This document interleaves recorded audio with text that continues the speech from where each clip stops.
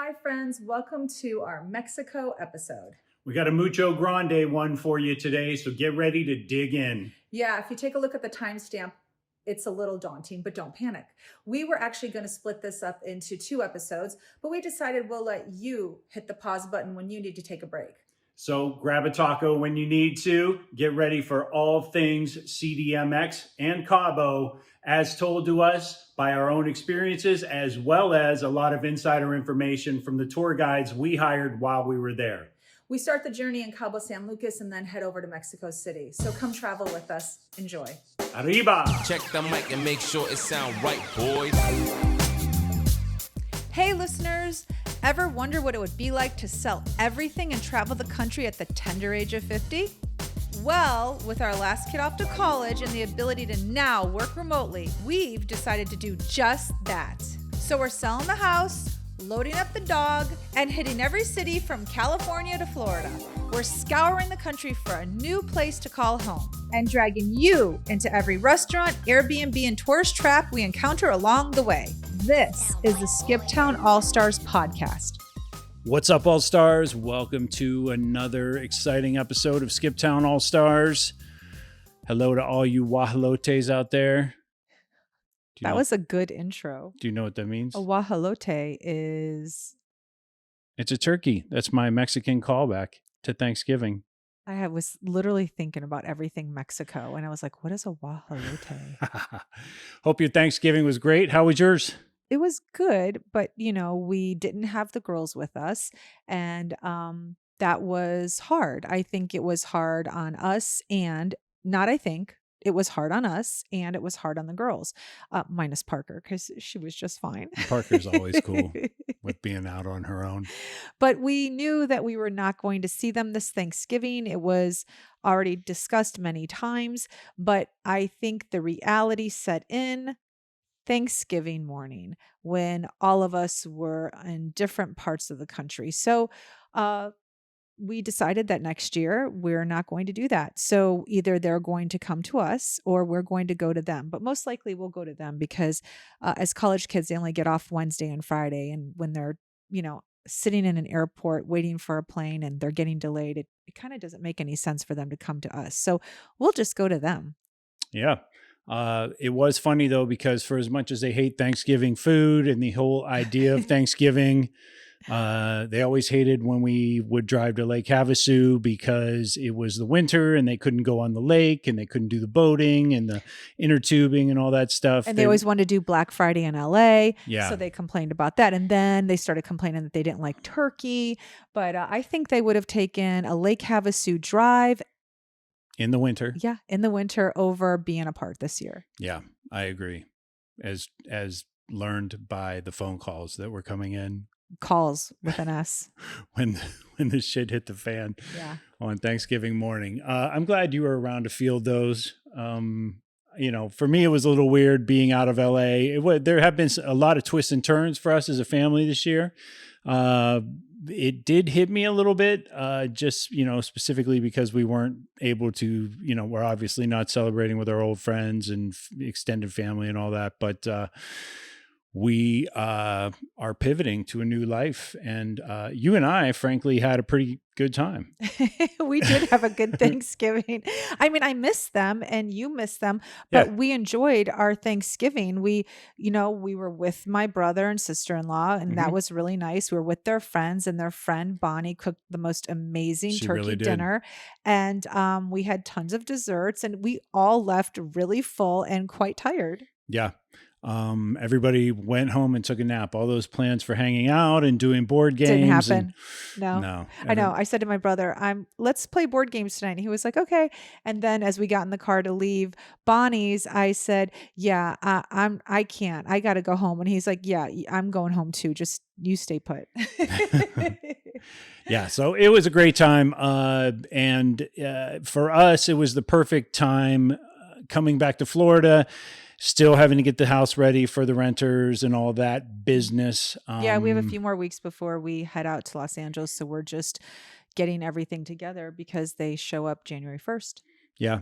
And it just seems right now that Mexico is a magical memory. I know, it was only a week ago. I know. So it's good that we're doing this episode now.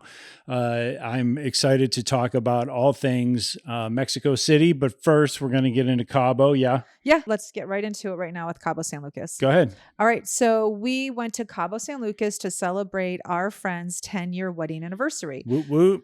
Yep, we Hooray were there. for love.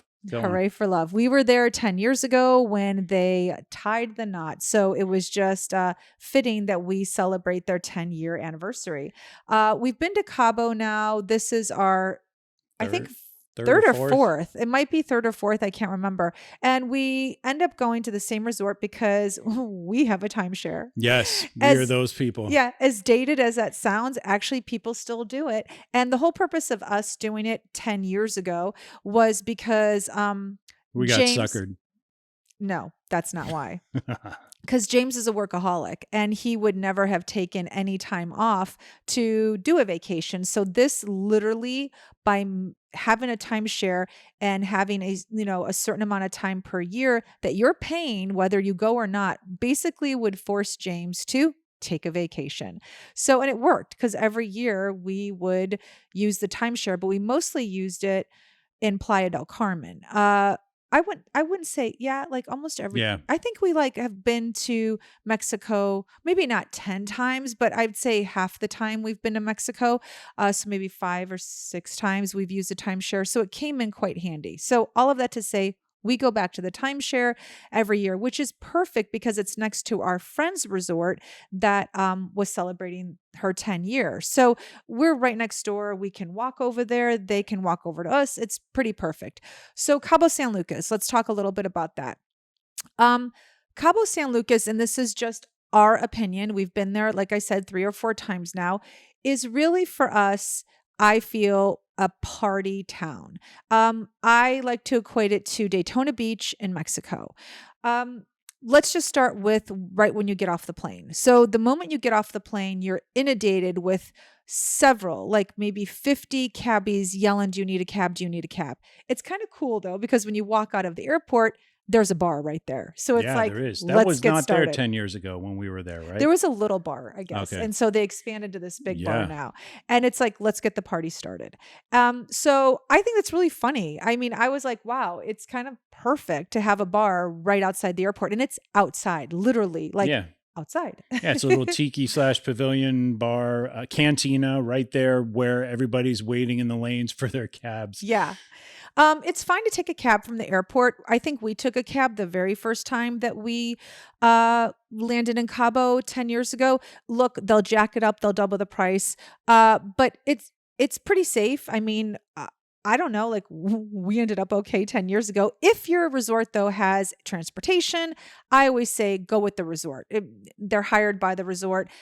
Chances are they're going to get you back in just plenty of time and you won't get robbed. But I think those stories of getting robbed are really quite old. Like unless you're going to a really bad part of any country or any city, your chances of like having harm done to you right out of the airport, heading over to your resort, you don't hear about that anymore. That used to be the thing at with Mexico. You always hear, "Oh, be careful of the cabbies. They'll take you to a desolate area. They'll rob you, blah, blah, blah." No, like they just want to make their $70 on the cab ride, truthfully. Like, and if that happens and Americans are, robbed left and right, nobody's going to go back. So they're very careful about how they treat the tourists because guess what? They're making a ton of money, everyone. So be nice to the tourists. Yeah. And the one thing we noticed, and we'll talk about this a little more when we get to Mexico City, but the people who are actually doing the cabs, the tourist industry, make a lot more money doing that than they would make at an office job. A lot of times those people are really underpaid and they just find they can make more money in tips.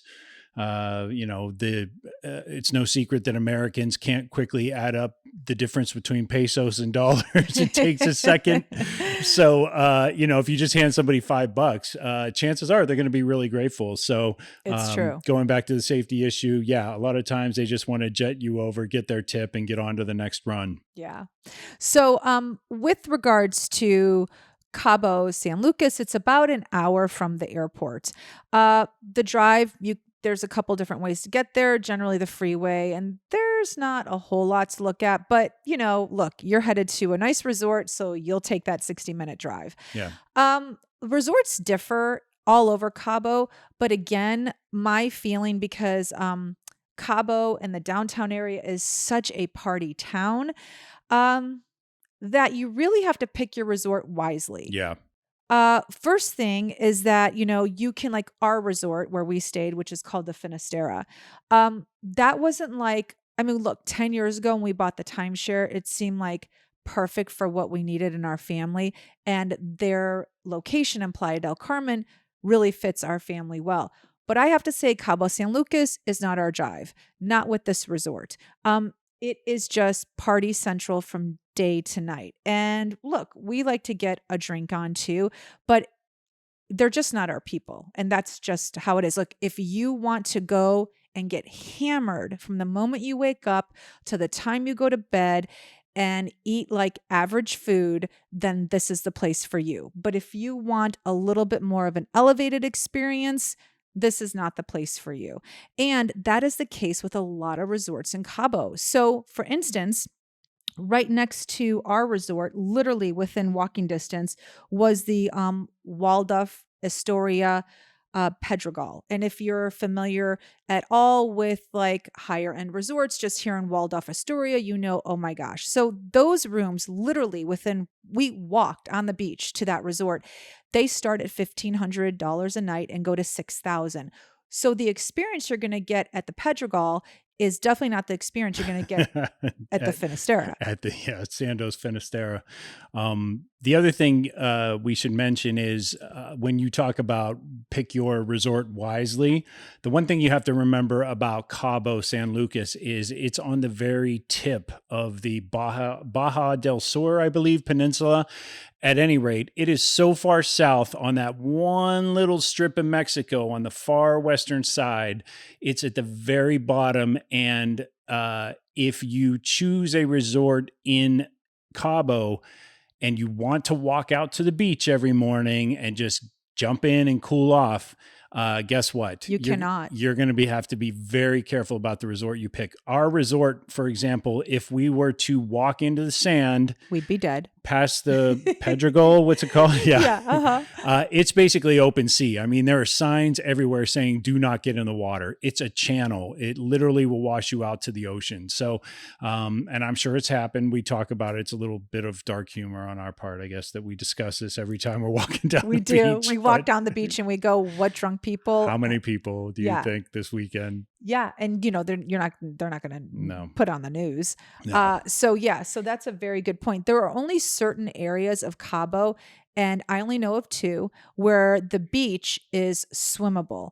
So it's kind of a bummer. You go to this resort and you can look at the ocean, you can walk on the sand, and you can walk along the ocean, but you cannot swim in it. You have to get in a cab and drive to just the two designated beaches in Cabo San Lucas. So with that being said, if you wanted to get a resort near Medrano Beach. Medrano. I think it's Medrano. I always say it wrong. So it's like I know the name of it, but I continually say it wrong. I think it's Medrano Beach. I think you're right. I put an R in there. If you want to get a resort near there, that is fine. But then just know that is where everyone, every single person that's in Cabo go to the beach. And that is not a family-friendly beach. Not only that, when Denise is talking about Daytona with a Mexican flag, all up and down that particular beach, you have all your people harassing you for the sale of trinkets, cheap sunglasses, dishes. We're suckers. We bought all that stuff, but and cruise ships and all of the wet t-shirt contest type bars. Yeah. So if you're thinking you're taking little Timmy out there to just kick around in the ocean a little bit, think again. It's not the place. You got to be careful about where you're booking. You got to make sure your own resort, if you're booking in that area, has its own section of beach so that you're not going to see dirty dancing or whatever. No, it's true. Look, I was there and I thought to myself, I really don't want to bring my girls here. Like, I was embarrassed by some of the things I saw. And I was like, why would I want a vacation in this place with my three daughters? Like, it's not me. Hey, I'm just saying me. Like, I'm not everyone and everyone is not me. Yeah, I mean, 10 years ago, it didn't even phase us. I don't think it was this bad 10 years ago. Maybe, yeah, I don't know. You could be right. Yeah, it's just corny. It's super cheesy at this phase in our lives. It's like we're empty nesters. We worked our asses off to get to this, and I'm like, oh my god, it's like 1993 in Panama City Beach all over again. So So I would say, if you're going to do Cabo with the family, really make sure it's a family friendly resort. Make sure the beach you're going to is, family friendly. Also, make sure there is a beach. Otherwise, go with your friends or your girlfriends and party hard. Yeah. But, also just heads up, they do ask you if you want drugs everywhere you go. Yeah. I can't, how many times did you have to tell them you were already on cocaine? People obviously think that I'm on coke. So I just started telling them that. I was just like, no, I'm good. I'm already blowing up right now. So. It didn't matter where we walked. It didn't matter. We were dressed nice going to dinner. And what would they say to you? Because they'd be like, hey, man, you want cigars? Hey, do you want cigars? How about a boat ride? Hey, you want to go deep sea fishing? How about coke? And then they tip their nose. And I'm like, oh my God, man, we fell off a ledge really quick. We went from deep sea fishing to cocaine, really quick. I was like, and then he just started saying, I'm good. I'm already whatever you were saying. I was just laughing because I was like, oh my God. It's a fast barrage of marketing. Yeah. For sure. So if you want to take your 2 little kids with you and be inundated with people asking if you want cocaine, Cabo's the place for you. Cabo is a place for you. Now, I mean, I think it's good actually. If you were going there for the first time, just say people in our bracket, empty nesters or people with kids in high school and just, a few couples that that wanted to just go blow off some steam or whatever. It's an adult town. It is definitely an adult town. You can do a lot of shopping there. You can buy a lot of silver, a lot of jewelry. Mm-hmm. The ladies like to do all that. You can get a massage, a couple's massage in some sketchy joint if you want, which we've done before. We did. And the whole time I was sipping on Coronas as a girl was rubbing me, I'd look over at Denise and say, I'm pretty sure we're losing a kidney right now. He actually laid on his wallet. He put it on his stomach. I was like, there's no way I'm leaving my wallet in that locker. It was funny because our girlfriend, Carly, and her husband, Mike, she was looking for massages. And that was her whole thing. She's like, we're going to get cheap massages. And she kept saying, but they're going to be amazing. They weren't amazing, but they were cheap. And it was a time, we had the time of our lives. It was really funny. We could hear them laughing in the other room. We were all talking back first of all, there were no doors. It was all partitioned walls with the walls didn't even meet the ceiling. So we could hear them laughing. We were laughing and I would yell out, hey, are you still alive? My God, those 2 are so much fun.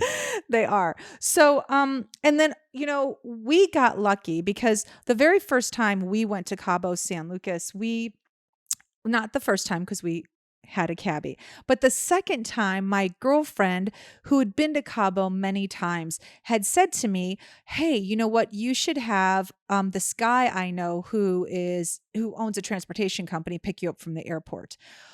Well, my girlfriend is super, super wealthy. So I was like, okay, I'm not paying $400 for your guy to pick me up from the airport. And she's like, no. She's like, he's not going to charge you that. She's like, I'll call him. Okay. Her guy is now our guy. That's right. Alejandro. Alejandro. I hope you're listening, mi hermano. We love Alex. So what ended up happening is the second visit we were in Cabo, we hired him to pick us up from the airport. And he's great because he does transportation for a living, but for celebrities. So I love to pick his brain about who's in town, who he drove, what he did, because he doesn't just drive them. He will also work for them in their group. And, he's basically a bodyguard as well. So he makes it look like he's part of the group when in fact he's probably packing. Yeah, we were having this whole discussion about it. Is he packing? Is he not packing? He says he doesn't, but I mean, come on, you can't be a bodyguard in Mexico without having some sort of peace, right? Yeah, I look, it makes the story so much better. So I'm sticking with that he has a gun. Yeah. Every time he brings us to the beach, he's got a gun. So awesome. So the past couple of times we've been there, we've always talked about going to this small town outside of Cabo called Todos Santos. Mm-hmm. It's if you look up the description of it, they say it's a small fishing village. I've always wanted to go. Hotel California is there. Everyone thinks that the Eagles wrote the song about the hotel, which they didn't, but people still flock there because of Hotel California. But that aside, it is supposed to be a super cute town. So every time we've been there, we always say to Alex, we're going to have you take us on a day trip to Todos Santos. Well, this time we actually didn't. We did Yeah. it with the whole group of people. So there were 10 of us. Yeah, it was awesome. It was a decidedly different vibe than Cabo. Oh, completely. Is it a fishing town? That's what they say, but It doesn't seem like a fishing town. it doesn't. It seems like a little more of a tourist resort town, but Yes. Low key, yeah, understated, more but high mellow, end. a little more upscale than Cabo. They had art galleries. You Yeah. don't find that in Cabo. Yeah, and their streets weren't totally dirty like they are in Cabo. So Yeah. So it was really cool. yeah, the one of the first places we stopped was a jewelry store. Oh, that was one and, of the best you know, jewelry stores I've ever been in. Like, meaning silver jewelry in Mexico. Yeah. It was beautiful. But we're talking like the pieces were like $2,000. So we're Yeah. not getting $50 bracelets here. No, I forget the name of it actually, which is, my bad, people, mea culpa. But I picked out a braided silver bracelet, and I was like, a men's bracelet, and I was like, oh, this thing looks pretty damn cool. And of course, it was like the most expensive thing in the case. It was like $1,800. I was like, Yeah, it was beautiful. yeah, I'm not going to pick this up today. But So that's like the vibe in Todos Santos. It's chill. It's you walk around. It's not inundated with people. No one asked James there if he wanted cocaine. no, I was a little disappointed, frankly. Yeah. So we spent a few hours there. We walked around. We actually stumbled upon an oyster restaurant because we were looking for art galleries, and I was like, hey, let's go down this one street. It looks like there's something down there. And Yeah. oh my gosh, it ended up being this beautiful plaza. It wasn't a plaza, that was a building. And in the middle of it, you walk in and it's a huge building. And in the middle of the building is an oyster bar, but Yeah. like the most beautiful upscale oyster bar you've ever seen, like gorgeous.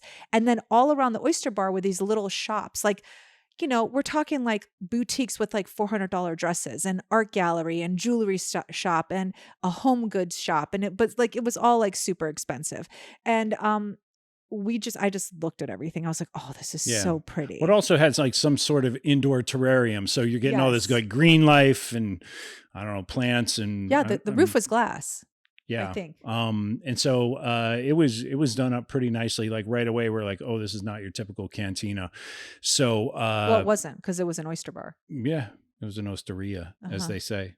And Uh, I always thought osteria was Italian. I think it is an Italian word, but maybe it just means seafood or oysters. Oh, okay. Yeah. Sounds good. So naturally, because everything looks so great, we decided to order oysters and And a I don't few even drinks. have oysters. I can't remember the last time I've had an oyster. I'm just not, it's not appealing to me, but there it was appealing. The drinks looked amazing. It was so cool. Yeah, it was the prices were reasonable, but the place looked super upscale. So that made me feel really good about it. Sometimes when you're ordering oysters, I think, for those of us who enjoy them, you check out a place. It's really weird with seafood, but raw seafood in general. They can have the wood planks and smell like beer and all that other stuff. And you can get really amazing oysters there, depending on where you are. If you're in Maine or you're on the East Coast or Boston, somewhere like that. But in this particular case, I love the fact that everything was super polished and clean. And I was like, okay, this is a pretty good establishment. So when they started cracking them for us, I was happy. Do you remember the guy that came around? Yeah. It was so cool. He was an oyster sampler. I don't even know what that is, but he had like it looked like a fanny pack, but it was really big and he had oysters in it. And he came up to us and was like, okay, these are two different types of oysters. One is from this ocean, one is Yeah. from here. And, he prepared it right in front of us without a table or anything. He cracked it open, put some sort of sauce on it. And he was like, here, try it. And this was before we even ordered, I think we had already ordered our oysters. I don't even remember, but I was like, wait, an oyster sampler? Like, I'd never seen that. And it was cool. There was actually a name for him. I forget what it is. Yes. I guess I'm too lowbrow to remember stuff like that. But he was shucking them right there on the spot for us. Yeah. And cracked a few, told us what sauces pair well with He each did. individual species of oyster he was dishing out to us. And we followed his instructions, and they were pretty damn good, I must say. They were.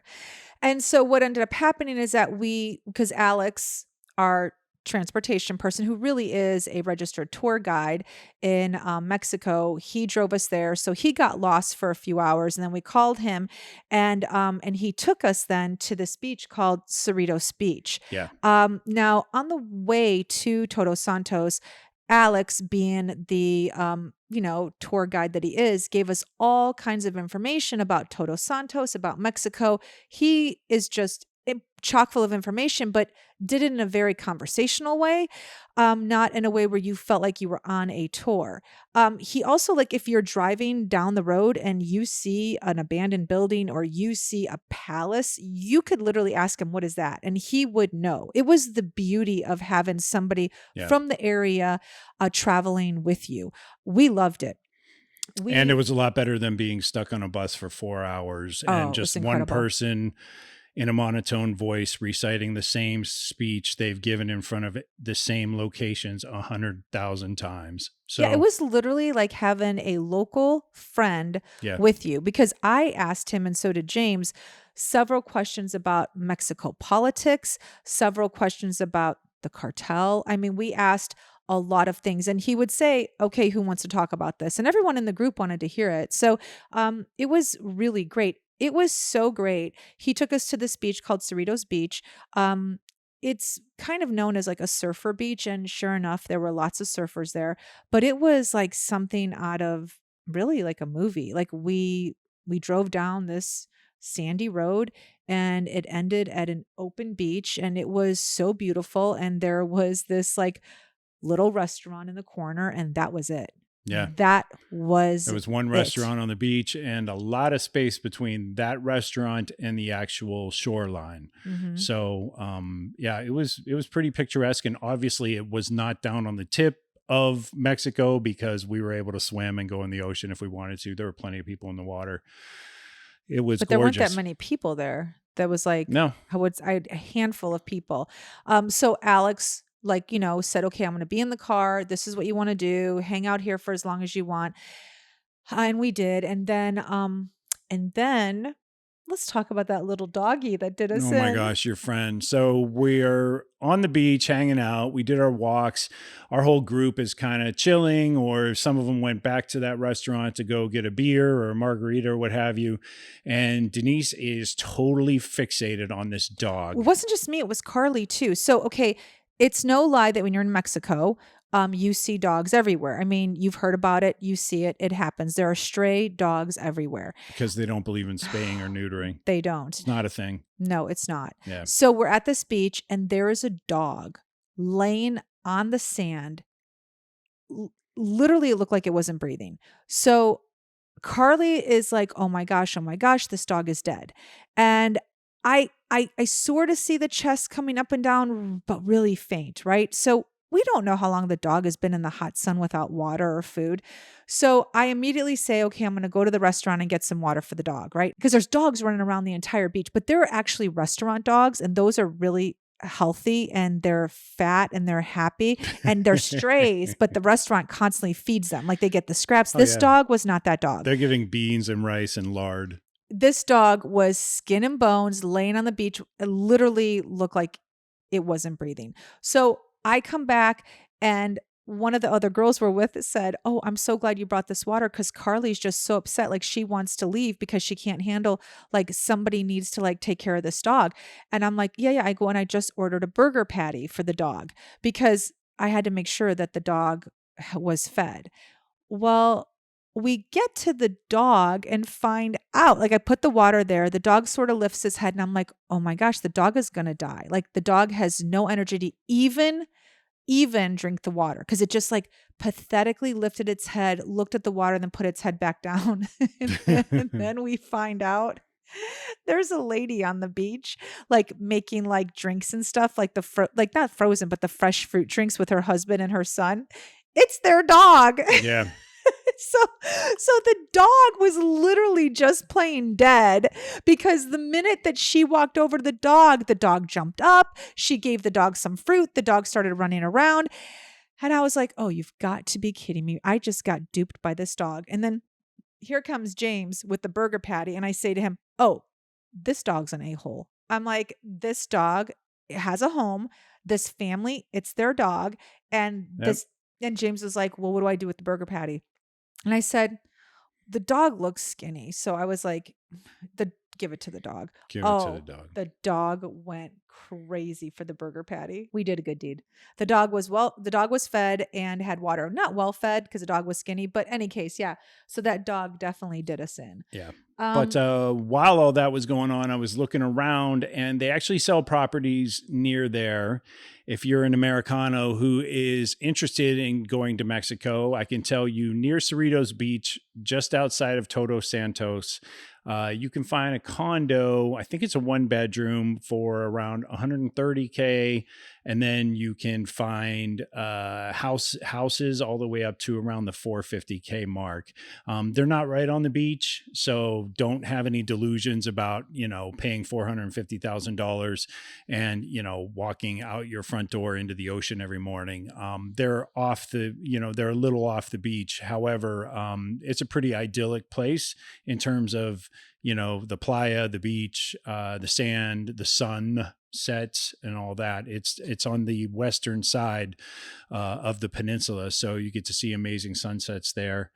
it's still pretty underdeveloped, and you see buildings that were being built that look like they've been abandoned. So it kind of has that Mexico, a little like old school, old world Mexico feel because it's like, when we first went to Mexico, so many years ago, 17 years ago, when Ellie was a baby, like you would just drive and you'd see a building that looked like it was started to be built and then like someone stopped. So there's a lot of that near Cerritos Beach, but that's not going to last for long. Like that No. property is going to get scooped up. I mean, you can tell that it's going to be developed and it's going to be developed within the next couple of years. Yeah. And I guess this is a good place to jump into a little bit of how real estate works in Mexico. Historically, if you were a foreigner and you wanted to buy a piece of property in Mexico, you would basically sign a 30 or a 50-year lease, correct? Yeah. And then you would have the option at the end of that lease to repurchase the lease or re-up if your children wanted to keep the property.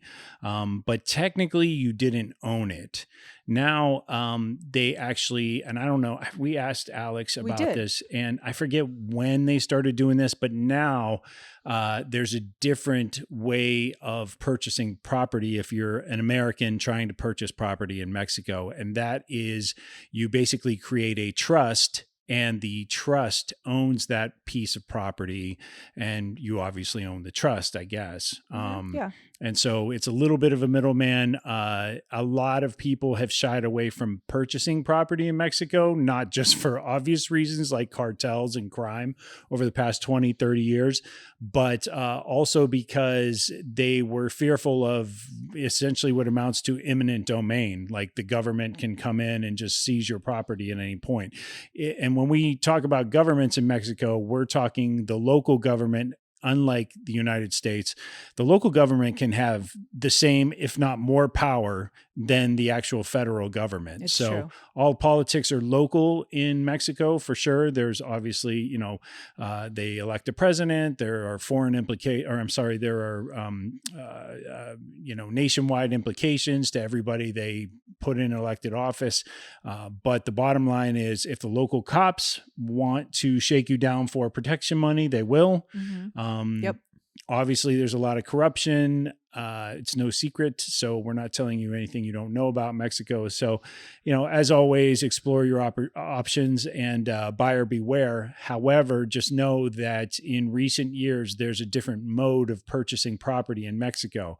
And I, for one, know at least 2 people that purchased property in Mexico during the pandemic and have used that as a springboard to, not only continue their careers, but really beef up their retirement accounts because now they're paying pesos on the dollar, if you will, for, their new homes. Americans buy property all over the world, uh, and their thought is, I can get it for less, but always be careful because you don't know what, like he said, the local government can do. But to hear that you can now put it through a trust, and I don't know how that is different and how that stops a government from taking it from you, but it is, I guess, another safeguard. So, while we were in Cabo San Lucas before we left, not while we were there, but before we left, we knew that we were going to be heading to Mexico City because I have always wanted to go to Mexico City for easily the last 7 or 8 years. And just my family would never go. I mean, if the girls have a vacation, they're not going to spend it in another city. They want to spend it on the beach. So I always said, well, look, when James and I can do our own vacation, I want to do Mexico City. So when I knew we were going to Cabo, I thought this was the best time to check out Mexico City because Alex, our tour guide, was so informative with Todos Santos. I really wanted to find a tour guide to help us in Mexico City. I knew a couple of things going into Mexico City. One, you have to speak Spanish. It's not like Cabo or Playa or Puerto Vallarta or any of those, resort towns where you can get away with, resort Spanish or even just plain English. Mexico City is Mexico City. It is not a resort town. Yes, they do welcome tourists, but you need to speak their language. So I knew that would be challenging. And I just thought it would be kind of nice to have someone like Alex with us. Well, Alex actually offered to come to Mexico City with us. Yeah. We were gonna be there for 4 days and he was gonna spend 3 of them with us. So we were super excited about that. But unfortunately, like the day before or 2 days before we were about to leave, he told me that he's getting married and he said he just had too much to do with planning the wedding. But his company also had someone in Mexico City that could take us on a tour for 3 days.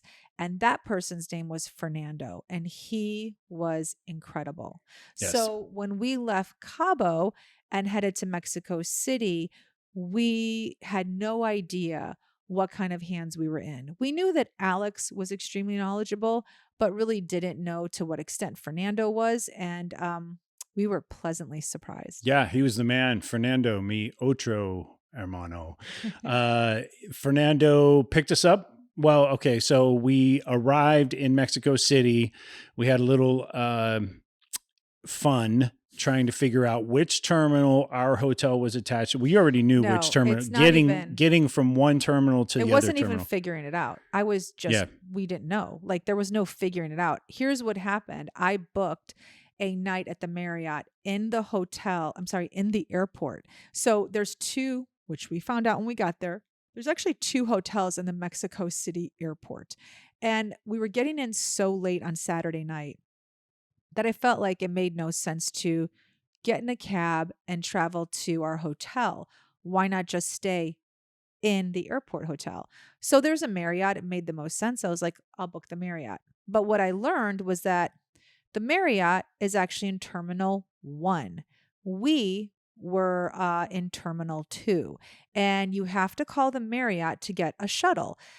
So I didn't know what terminal we would be arriving in. I had no idea. But I did know that it was just a phone call away, their shuttle. Yeah, an hour later. So now it's like midnight and I'm so irritated. Yeah. But we made it eventually. The guy came. He it was pretty obvious we were interrupting his night. Oh. Yeah. Yep, for sure. Because he didn't say but one word to us, which was fine. We were so perturbed at the moment. We were just like, I couldn't seriously? say one word Like, to him either. yeah. And I couldn't because I don't speak Spanish. Yeah. Oh, well, there's that. But cut to the next morning. We survived that night. They upgraded our room, by the way. So they were okay. very nice when I got there. She said, I'm so sorry about, because after a while, I just start torturing people. Yeah. So after like 30 minutes of this guy not showing up, I just kept calling the hotel like every 10 minutes and they just wanted to be done with me.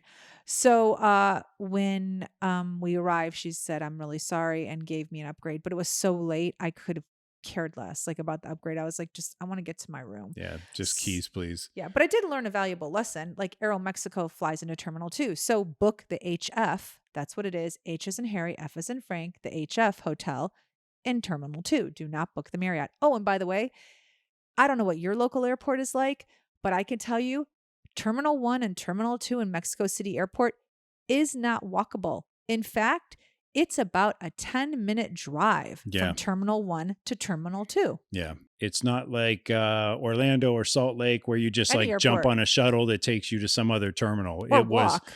It was a schlep for sure. Yeah. So so that was definitely a lesson learned. But go ahead. So what happened the next day? So the next morning, Fernando picked us up. We immediately went down to Centro Historico region, right? Yeah. Central Historic region in Mexico City. We went to the Palacio Nacional, the National Palace, I believe, did. the courtyard there. So picture, if you will, 22 million people. Yeah. Oh, yeah. Did we leave that out? Mexico City has 22 million people. That's twice the size of LA. I don't know. I mean, I think any city in America pales in comparison. 22 I don't think New York can million match that, right? people. There aren't 22 million in New York. I don't think so. Yeah. Anyway. Yeah, a lot of people. And we saw half of them on the way to Palacio Nacional.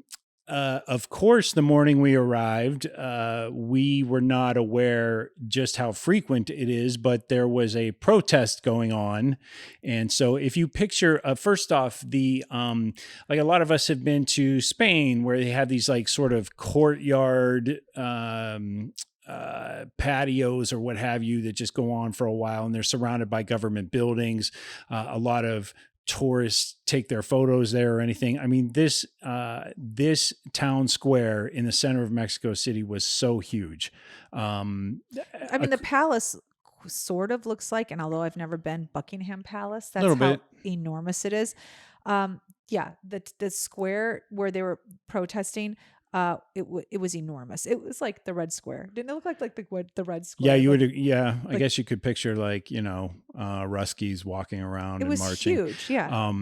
But only this had obviously the Mexican flavor. There was a basilica there. There were all sorts of pyramids. There was a pyramid. Yeah, there was a pyramid right there. Yeah, you're right. It's crazy. So we'll get into the geography and how Mexico City works in a second. But one thing really quick, you may think that the people of Mexico are controlled by the government, controlled by the cartel, and that very well may be true, but they still like to protest. Yep.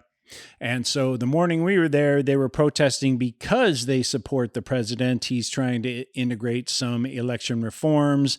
It depends on who you talk to in Mexico City, whether or not that's going to ever be successful, given the fact that most of their politicians are in the pocket of the cartel. Mm-hmm. So, and we got a lot of information about that, which we'll share. Yeah. But we got to go around there. I mean, I'm pretty sure it's the biggest town square. I say town square. It's city square. Yeah, it's a city square. It's the biggest city square. How many miles do you think it is?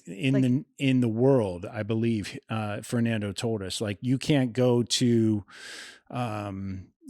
Paris and experience the same like sort of, ability to congregate. So if I stood at one end of the square and you were at the other end of the square, would you say it's a mile, 2 miles? It's not two. It was probably easily a mile. Okay. Yeah, I think three-quarters of a mile. What was really crazy, and I don't know, I know you have said before that protest was for the president. I don't think you're right. I think the little group of people we saw that were there singing, they were for the president. But he said that actual protest was about election. And I think we happened to stumble across a group that were pro-president. But I don't think that whole protest was pro-president. No, I don't know. According to him, it was that was a day where all the pros were out, and then the very next day, why would there was another protest. Gear? Why would the cops have riot gear if this is a pro-president protest? I mean, you still can't trust that many people. Like, what if there's one or two people in the crowd who are like, Well, it was kind like of we've crazy. experienced that here in the United States. I know, that's true. It was kind of crazy. We were literally walking up to the presidential palace and there's a protest going on. There's police officers. There was a couple Yeah. hundred police officers in riot gear. And I look at It's like, welcome to Fernando Mexico City. and I say, should we be here? And Yeah. he was like, oh, yeah, this is fine. And I was like, Huh? this is crazy. And then what also was crazy is that, the White House, if people protest something in our country and they go to the White House, there's the White House. There's, I don't know how many acres of yard and lawn. Then you have the street. Then you have a fence. I mean, it's like Yeah, then you they can can't put get fencing. anywhere near the White House. Here, you could walk right up to the president's door and knock. There was like no gate. There was nothing. The only thing was that they had those wooden horses in front of his house. Again, it looked like Buckingham Palace. They had wooden horses, but that was just for the protest. I don't know what it looks like on a normal day because every day we were there, There was a protest. it was insane. But I kept saying to Fernando, I'm like, hold on, wait a second. Is the president in this house right now? And he goes, oh, yeah, he's in there. And I said, is he married? He's like, oh, yeah, he's married. And I go, is his wife in the house right now? And he goes, oh, yeah, she's there too. I'm like, okay, so hold on. Everyone is protesting outside of his door with no gate, no wall. They're literally standing outside of his door. And he goes, yeah. I'm like, so he can hear them. He goes, oh, yeah, he can hear them. It was insane. He literally was probably looking out a window going, are they still there? Yeah. It's funny because I feel like I've seen more of a police presence for a shirtless guy on Hollywood Boulevard. You know what I mean? Like Yeah, I agree. in Los Angeles, like if, They had the it's a 200 bit of an exaggeration. riot police, but they were all just chilled. Yeah. Like they were leaning against the all wall. hanging. They were leaning on the barricades. Like nobody was really like No. standing to attention. Although I will say, you mentioned like you could walk right up to his door and You knock on literally it. could. I challenge you to try and do that. I think like I think there would have been some sort of better response if somebody Okay, like but starts if marching they up to the didn't- president's door. If they didn't protest every single day we were there, I would have actually had an opportunity to see if there are guards in front of his house. Like there's got to be, right? But like there's no gate, there's no nothing. Yeah. There's I mean, the mayor of LA has a gate in front of his house. You know what I mean? It's like there was nothing. Yeah. I don't know. To me, it just kind of proved what, Fernando told us. And that is so many politicians are in the pocket of the cartel that, they're just kind of not afraid. I mean, so there's some protesters outside. It doesn't matter. Like I'm sure once you're behind that door, they are armed to the teeth and they're ready to go. So anyway, we walked around that for a while, but frankly, we were starving. So we decided to basically just tell him like wherever we stop next, it better have food. So I couldn't like tell him any more times like, yeah. Where's the food? I kept saying, yeah. Where's the restaurant? Like, yeah. Because it was, I think like 2:00 at this point. He picked us up at 10 and we hadn't had breakfast. So he took us to this local place that, they're known to, it's a chain restaurant, but it's owned by a family. And they're known to have restaurants in like the most beautiful, architecturally designed, buildings. So we were in a building called the Tile Building.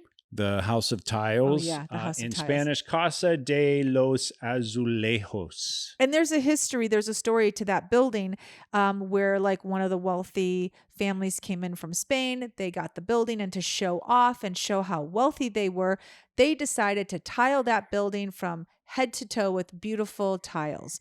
And so in one weekend, there were rumors that I forgot about there that. were rumors in the city that this family was not as wealthy as they purported to be. So the patriarch of the family had the whole house retiled in the Talavera style. I believe it's Talavera tiles. Very smooth. It's porcelain. Is it porcelain? I don't know. They're expensive though. It's not ceramic tile. No. So it's a very expensive tile that you can find. I believe it started in Spain, but then also all through Mexico. Was this like in the 1800s or early 1900s? I can't remember. I just remember it was a long time ago. I think it was in the 1800s. Yeah. I was like, wow, it doesn't matter the time. People always were wealthy. We Like, took a it's photo of insane. this place and I sent it to the girls and they're like, "Oh, that place is so pretty." And I was like, "Yeah, it used to be somebody's house." And they're like, Mhm. "Shut up." It Uh-huh. was that beautiful. Yeah.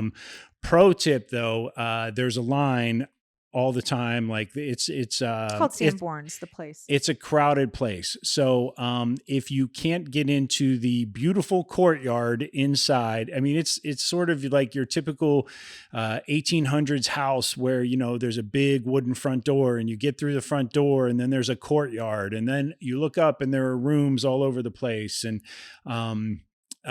if you can't get seated right there in that area, there are all kinds of tables there where you can have your desayuno, your breakfast, your lunch, all that stuff. Uh, Pro tip: there's an area in the back where you can get the exact same food. Same menu, Yeah, everything. and where a lot of the locals go just to grab a quick lunch, It was and a super counter. reasonably It priced. was a lunch counter, like Yeah, literally like a it diner was lunch Mel's counter. Diner, basically on the backside of this place. So that's where we went because We didn't care. We were hungry. We were starving. We didn't want to wait, and frankly, it gave us a better chance to get to know Fernando and talk about, you know, what the next couple of days had in store. And I guess the one thing we should mention to everybody right now that's kind of important is that, you know, we can be bougie and we talk bougie once in a while, but the fact of the matter is it was expensive hiring a tour guide for like 4 days. But there's no way we could have packed as much into those 4 days we were there, and we'd never have as much info that we could share with you right now had we not paid this guy. For us, it was worth every penny, not just because we talk about going back to Mexico City, but we've also talked about going back to Paris, and we've yet to do that. So we wanted to pack as much into this trip as possible. For us, just for the podcast and our own travel experience alone, it was worth every penny. So I highly recommend for a couple $100 a day. The bottom line is for a couple $100, you're going to learn way more about Mexico City, specifically what areas to go, what not to go, what to spend your time on, what not to spend your time on, great places to eat. So bringing it back to the House of Tiles, it was an amazing kickoff. I had some sort of verde green soup with chicken in it. It was so good. It was so delicious. I had enchiladas and they were delicious. And I had rice pudding and it was delicious. And we had guacamole and then we had enchiladas. Enchiladas. And then we had sopes.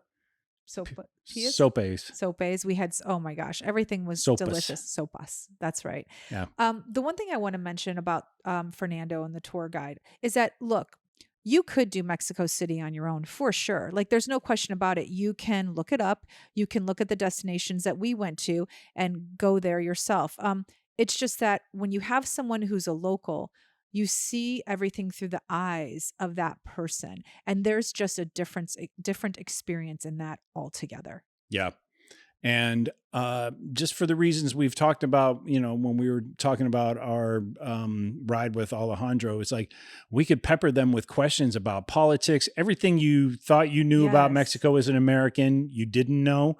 Like I asked him, why do you guys protest? I asked him, why do you protest? I actually asked Alejandro this question. I said, why? Because, you know, we have a lot of people from Mexico and Los Angeles. I said, why do Mexicans in Los Angeles drive so slow, but in Mexico, they drive so fast? Yeah. And we learned that they don't need to take a test in Mexico.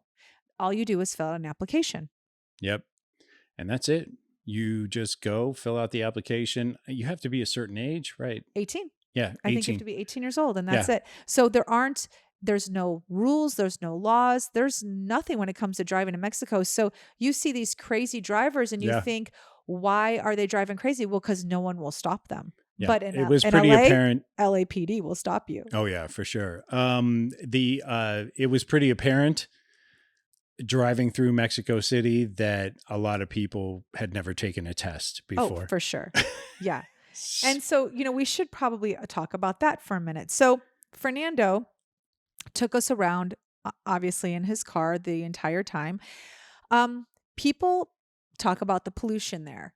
And one of the things that we experienced was that because of the pollution issue, they don't allow you to drive your car every day. So what they do is that they will tell you what days of the week if your car however your car is registered, it's done by number. So if your registration starts with the number 2, you can't drive your car that week, maybe on Monday or Wednesday. But if your car is a number 3, then you can drive it on Monday and Wednesday, but you may not be able to drive it on Tuesday. So they do some sort of system, numbered system, where some days you can drive your car and some days you can't. So I asked Fernando a question that how would you even know to ask somebody this? What do you do as a tour guide? Like your business depends on your transportation in your car. And it was funny because every day he would say to me, I don't know what car I'm picking you up tomorrow in because I don't know if my number's going to be called.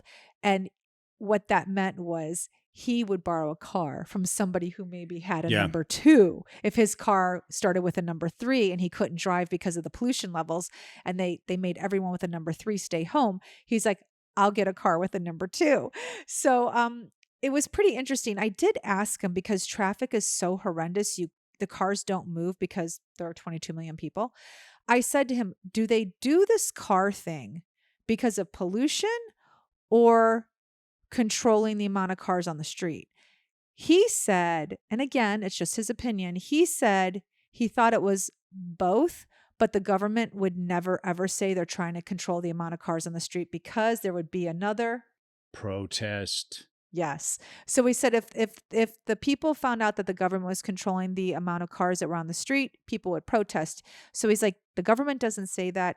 He said they just talk about the pollution levels and how they're trying to curtail the pollution levels. And that is why some days you'll drive with, certain cars, and other days those people will have to stay home that, didn't fall in that number system.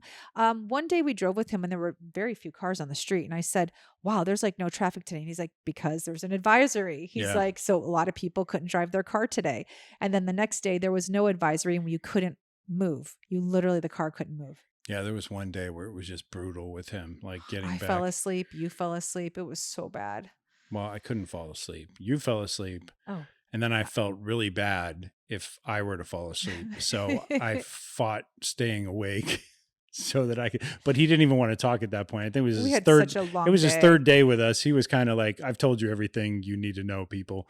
So Yeah. anyway, so let's rewind a little bit and go back to, we left the House of Tiles. We had an amazing meal. Then what happened? That was the very first full day. Then we just went back to our hotel. I mean, we were both like exhausted. We didn't have a long day with him, but we were just tired from the night before getting into Mexico City late, and we got up. I felt kind of early. Any case, we just chilled at our hotel that night. We didn't even. Yeah, I think you walked around. But we I should ended say up we staying moved in. hotels that night. And where do we go from the Marriott? So Sunday morning when he picked us up from the Marriott, he brought us to our hotel in the historic district Sunday afternoon. So we did a little tour in the morning, in the afternoon, and then we checked into our hotel around 3:00. And then we just stayed in our room. It seems like a wasted day, but I was pretty tired. You walked around What was quite a our bit. hotel name? Historico.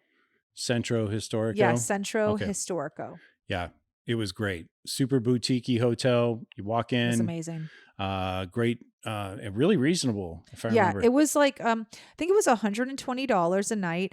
And if you paid a little extra, which I did for James and I, you got access to the 24-hour cafe, which had everything from salads to paninis to smoothies and beer, and they were open 24 Coffee, hours. yeah. Coffee, whatever you wanted. So I paid a The only little thing extra. you paid for was like wine and sparkling water. I remember they told me. Yeah, was I like, didn't oh, I drink guess- either, so it didn't cost me anything. Yeah, we skipped that. But so I think in the end, with taxes and everything, the room was $160 a night, and it was something that you would have seen at, like, I don't know, just think of any high-end hotel. It wasn't the Four Seasons, it wasn't the Ritz-Carlton, because they have those there, Yeah. but it was a higher-end hotel with lots of character. The staff was amazing. It was called Hotel Historico Centro. I think that's the exact name.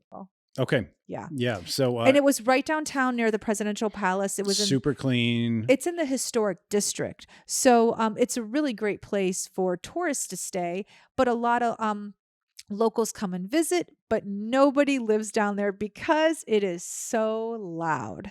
the place is constantly bustling. And if it's not bustling with tourism or people out looking for churros at 3 a.m., Yep. if it's not bustling with city folk, then, there's nothing to say a cement truck won't pull up to the building next door and the guys will start working all through the night. That's true.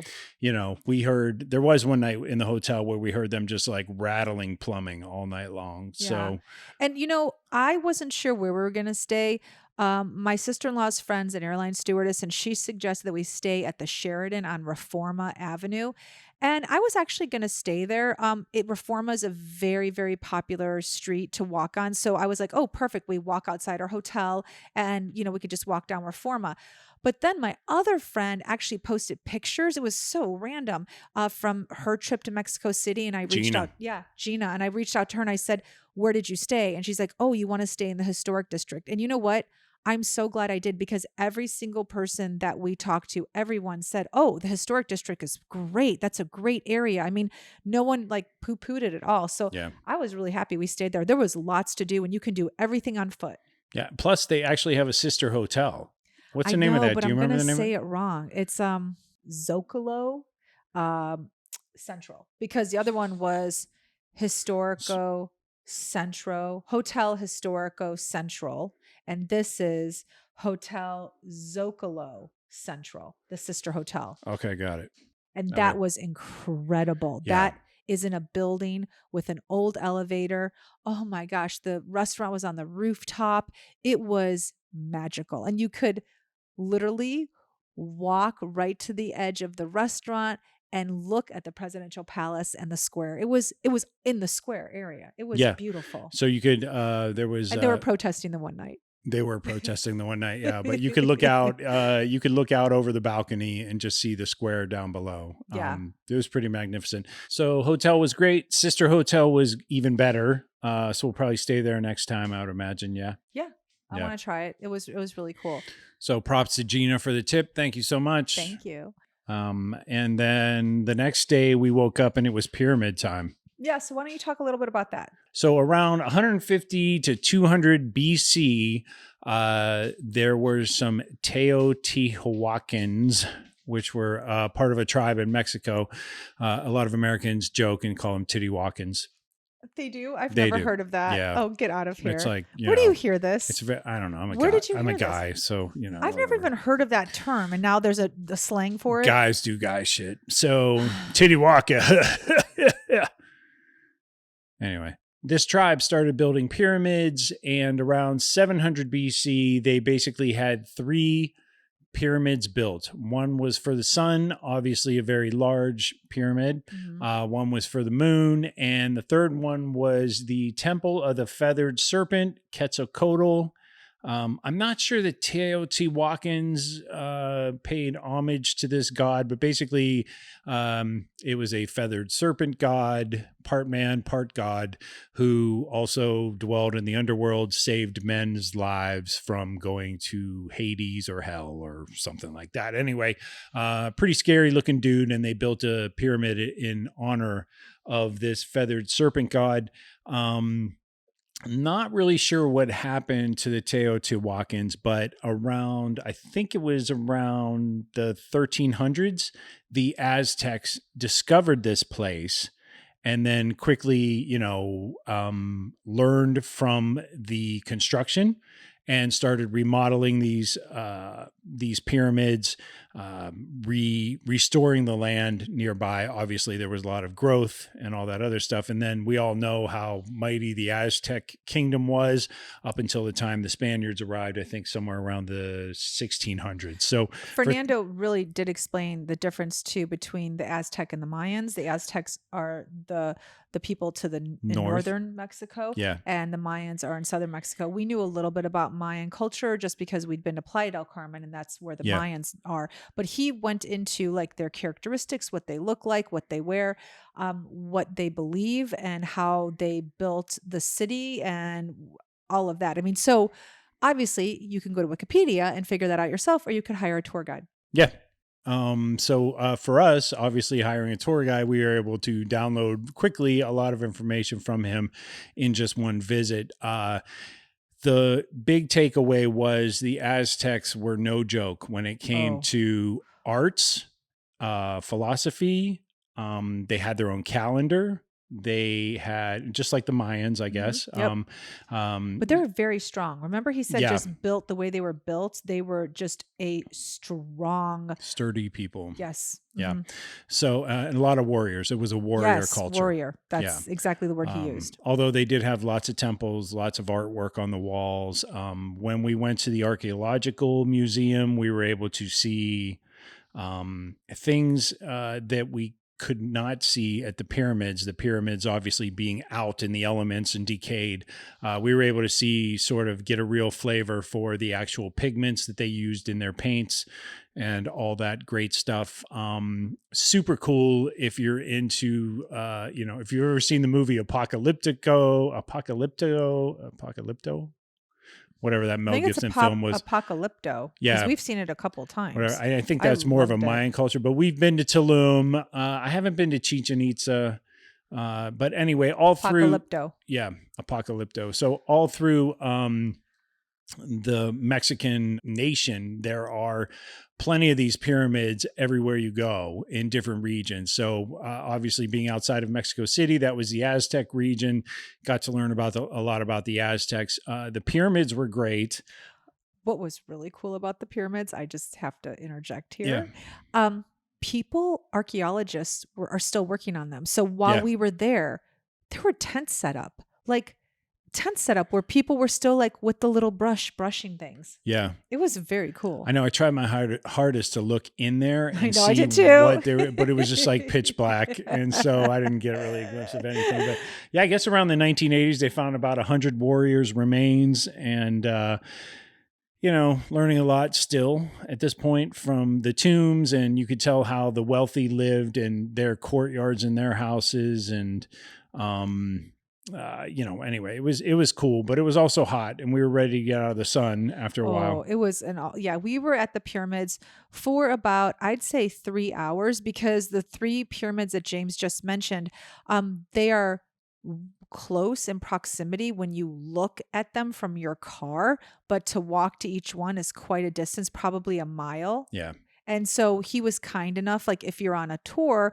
with a tour bus, they're not loading up that bus walking. for you. Oh no. You paid $20 for that tour. You're walking. That's right. He brought us back in his air conditioned car and drove us to the next pyramid and then drove us to the next pyramid. It was great. Do you want to talk about the stairs? Oh, the stairs are really steep. Oh my Lord. These things. I took a video. Sure there were going to be some grandmas like spilling. No, there were people on their tushies coming down, but there were big people and I couldn't even look at them because I don't know how they didn't tumble. I had to go down sideways. Just being so tall and they're so steep. No, but the weight of some of these people, how did not I'm trying to figure out the length of the stair, the weight of their body, the height of going up. How did they not tumble? Yeah. How did they not tumble? And we asked Fernando, we said, hey, how often do you see people fall here? Because as Americans, this is information you really want to know. Completely. And he goes, no, I've never seen anybody fall. And I was like, shut up. You're that's lying. Crap. He's lying. You're for totally sure. lying. I took a video of the stairs and I took a little video of James walking up the stairs, but I actually had to stop looking because he's going to fall. He's going to fall. And He's I just clumsy. didn't want to see it. I didn't want to see him fall to his peril in front of me. Yeah. Oh my gosh. So somebody could have tapped me on the shoulder and be like, is that your husband? That would have been fine. But for me to actually physically see it, I couldn't do it. It would have been messy. It would have been just I don't know why you did it. To me, the stairs went straight up. We were there was no incline. I feel like we have to do it. It was. It was frightening. It wasn't even physical. Oh, so let's talk about altitude. So the physical conditioning part of climbing the stairs, it was fine. I mean, whatever. If you work out every once in a while, you're going to be fine climbing up the stairs. There was no old big deal. people climbing those stairs. Totally. Anybody Totally could climb the stairs if you it's want just the danger. to take your life at your own hands. It's just the danger factor of falling down. Obviously, I don't know. They're like little Mexican people from like hundreds of years ago. Their feet are little, you I know? know, So it's it's true. like, Yeah. me and my size 12 Nikes, forget it, man. I was like, I have to walk down sideways.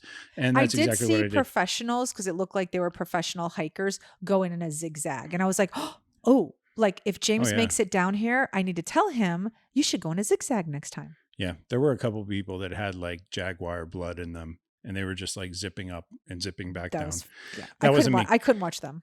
But I will talk about the altitude. So we got up there and he's showing me certain things. And Altitude's an issue. Yeah. For sure. Mexico City is higher than Denver. So if you ever go to Denver and you get a little short of wind, just walking around the candy store to the restaurant to the shopping center, Mexico City is a little bit more deep than that. Plus, there's a smog factor.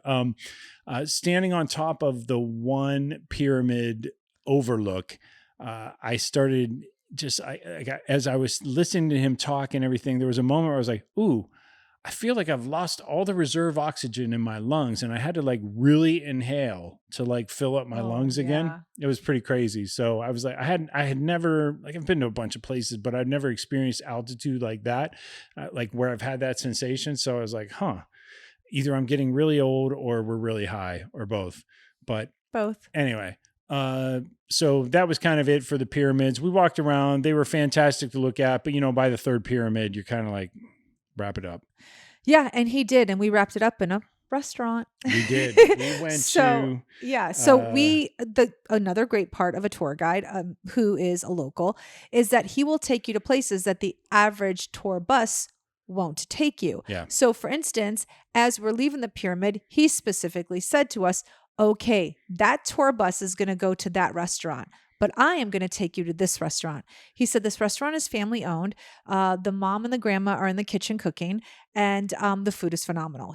And in that area, so when you go to different parts of any country, you're going to taste the food fare of that certain region. So the area that we were in, even though it was 45 minutes outside of Mexico City, which isn't very far, he said everyone cooks with a certain type of cactus, whether they use the cactus juice in a food or they wrap the food in the cactus skin or they use the flower to make a cocktail. Everything is based around a certain cactus in this area. And so he said, when you go to this restaurant, you're going to want to order this dish because they bake it in the skin of the cactus. And so we ordered that dish and it was lamb and it was really delicious. Yeah, so barbacoa is a way of life in that region. The Spanish introduced it. It's lamb and it's got a little bit of a sauce to it, a little seasoning, little barbecue type flavor, Mexican style. Yeah, it was delicious. Really good. It was, yeah. And he did say this is what is known in this area. So you should try it. And we did. And then there was a cocktail with a cactus juice, which is really just another name for a pear. It was a pear, like a prickly pear. Yes, that's it. Yeah. Prickly pear. Yes. Something similar to what you had in New Mexico in Santa Fe. Very similar. And so I had that and a lot of mescaline, a lot of mezcal instead of tequila. Which is very smoky. So it's different than a tequila for sure. It's a very smoky flavor. Well, the name of the restaurant is Mayahuel, Mayahhuel. Family-owned restaurant, super great waiters. They do include the tip, but the tip is only 10% on your tab, something like that. So if you get amazing service like we did, you want to be mindful that you want to throw a couple extra ducats in there and really like treat your servers well. They really appreciate it. Such a small town. $5 goes a long way. That's a lot of pesos. What is that? Times 20. 5 times 20 is 100. So it's basically 100 pesos for them that they can use to help feed their families, do whatever. Let's talk about, since we're on the topic of pesos. Well, real quick, though, I want to mention the place you don't want to go is La Gruta. That's where the bus was going. That's where. Oh my gosh. Tell him what he said about that place. Okay, so everybody wants to go there because it's a cave. And you go in there and you can have your lunch and your drinks inside a cave. And there's no doors. Rustic. It's literally a cave. Yeah. He said, at night, all the animals come they're basically grazing in and out of there, figuring out what food they can find, moving about freely amongst the cave naturally. So coyotes, Yeah, bobcats, like um, whatever animals are of that yeah. region. He said we're not eating there. But he said even so, it doesn't matter whether the animals are in or out, whether the food is sanitary or not. He said the food's just not great there. It was better at the place we went. So try out Maya Huel. say that 3 times. Maya Huel. The Might as well Maya Huel. There you go. I just made a new motto for the restaurant. You I did. wonder how you say it. Won't Might as well translate Maya in well. Spanish. The great thing about Fernando was asking him, "Would you eat there?" Yeah. Because when he said He was no, always honest. Yeah. we were like, "Oh, we're not eating there." Yeah, Denise asked him, so these street vendors, these places right here, are these safe to eat if we go? Because when we were in Puerto Vallarta, we went to the downtown area and there were all kind of street talk. We've done it in Yeah.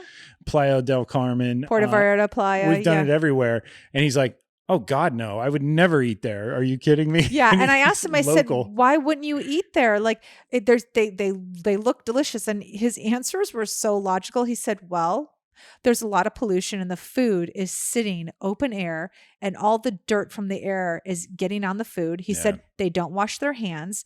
He said, and their water isn't filtered water. He said, so if they're rinsing it, he said it's not filtered water. He said the only people that eat the street food are families who are extremely poor, and you can get 5 tacos for like literally a couple pesos. He said, so, it'll go a long way, but I'm a local and I wouldn't eat at any of the street vendors.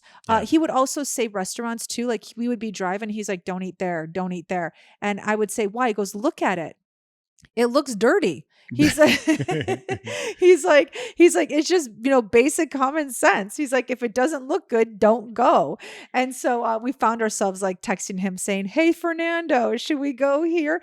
But he really knew all the good places to go. So we really didn't have to ask too many. I had to ask him about a churro place. That was it. But yeah. So let's talk about the money that people make in Mexico, because that's a big topic there. And the one thing I can honestly say is, as a tourist, you don't want to have a conversation with locals or act like around locals that everything is so cheap. It's very rude. There's no other word for it. It's very rude that you do that. So as much as everything is cheaper for Americans and Europeans, you just keep that shit under wraps. You don't brag about it. You don't talk about it. Like I would ask Fernando all the time, how much is this? And he would tell me and I would say, oh, that's reasonable. Or I would say, oh, that's expensive. Now, the interesting thing about it is, as reasonable or inexpensive as things are for you and me, Mexico City is still a very expensive city to live in if you're a local. So here's how it works in Mexico City. I'm just going to put everything in American dollars. So an average like construction worker or city worker makes $4 a day. If you went to college there and you graduated college and you work at a hotel as the receptionist or a hotel as the concierge, you would make $15 a day. Now, if you found yourself graduating the university and wanting a office job, you will find you're going to make $30 a day. And that is it. If you go to med school to go see a doctor, you only pay $1.50. So you're a doctor in Mexico City working for, like, let's just say an average hospital. You're not a private doctor. We're just saying like you work at the clinic or you work at the pharmacy as a doctor, because they have doctors at pharmacies too. You're only your patients, your clients, your customers are only paying $1.50 to see per you. visit. Yeah.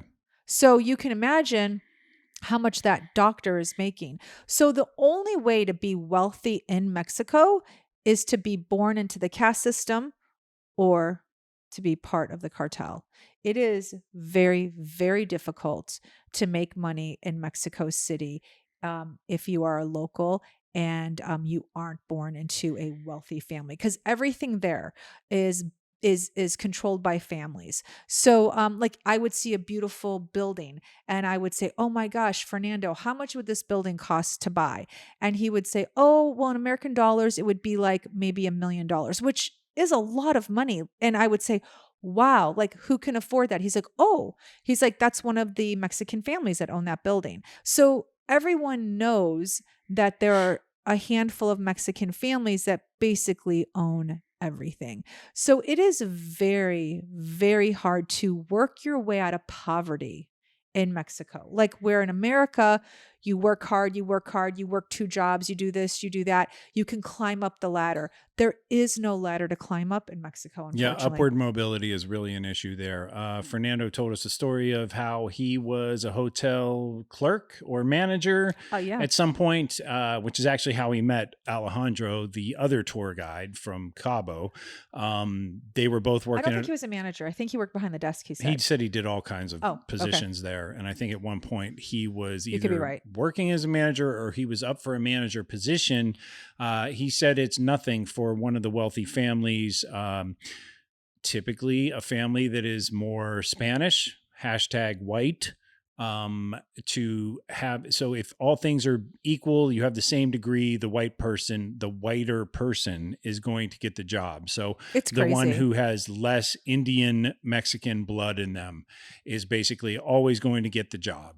So they have their own caste system there that is similar to what you would experience. I think, well, India is probably an extreme example, but obviously they need workers because they're a very industrious society, 22 million people living in a huge metropolis. But there are caps and ceilings on what the average, I'm going to use the word Indian Mexican person can Yeah, achieve, that's true. citizen. So Yeah, and he said Indian, by the way, if you didn't know this, Indian is Indian, whether you live in America or you live in Mexico, Indians are Indians. He made that really clear. He's like, so when I say Indian, it's the same as Indian in America.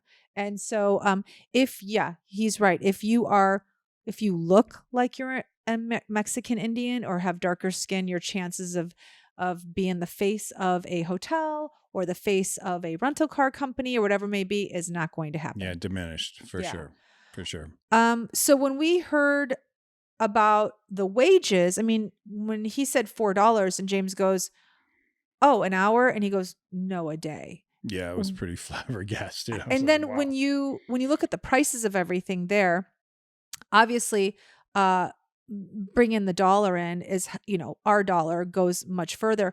But when you look at the prices and you compare it to what people are making, it is a very expensive city. And we actually spent some time with an American that lives there. That it's a client of mine from my business, a permanent makeup. Her daughter lives there, and we spent an afternoon with her. And I said something to her about it being expensive. And she said, Mexico City is very expensive. She said, if you're local and born here, it's a very, very expensive city. She's like, if you're visiting or you're bringing in dollars from another country, you can live like a king, but it's not cheap. And naturally, because they're so accustomed to Americans or Euros coming there and saying, "Oh yeah, we love coming here; it's so much fun, and everything's so cheap," It's rude. that they really sort of take offense to that. Yeah, because Yep. they're all struggling to get by. It's a tough lifestyle for them. So.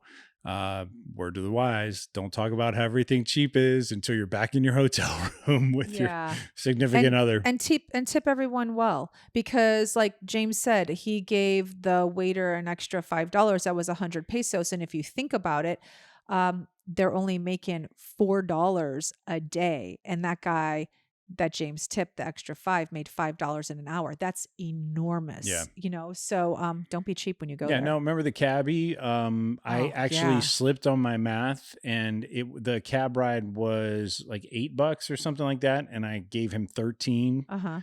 and he stopped the car when, we got to our hotel.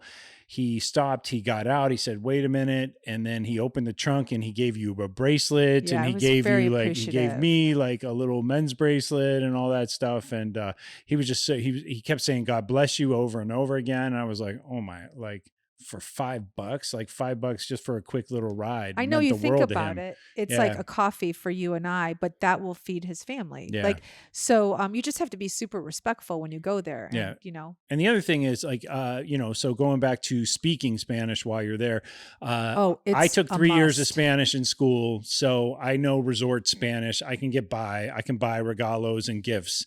I can talk almuerzo and lunch. I can talk, I can get through all those things. However, my I had to original, hold up a phone on yeah, Google Translate. Denise holds up the phone and lets him read it. But I will say that when you're cool and you are attempting to speak Spanish, like there was a kid the night you were missing socks. You ran out of socks, and I know. so you were resting back at the hotel. I went to get you a pair of socks, and I got through the whole exchange speaking Spanish with the cashier, who was a young guy who's probably like 22. He was the age of our kids easily, and and then he zinged me with one question, and I looked at him and I go, no say, like I don't know what you're saying. And he goes, I'm just asking if anybody helped you. I was like, I go, no, nobody helped me with the socks. I go, thank you for translating. We both like, I laughed. I was like a little like red faced, embarrassed because I was trying so hard to get my Spanish going. But more work to do in Duolingo. Well, look, like we're big believers as much as, you know, okay, I was really bad when we went to You were Paris, but I horrible know, when we went but to I am a Paris. big believer that if you're going to visit a country, you can't expect them to speak your language.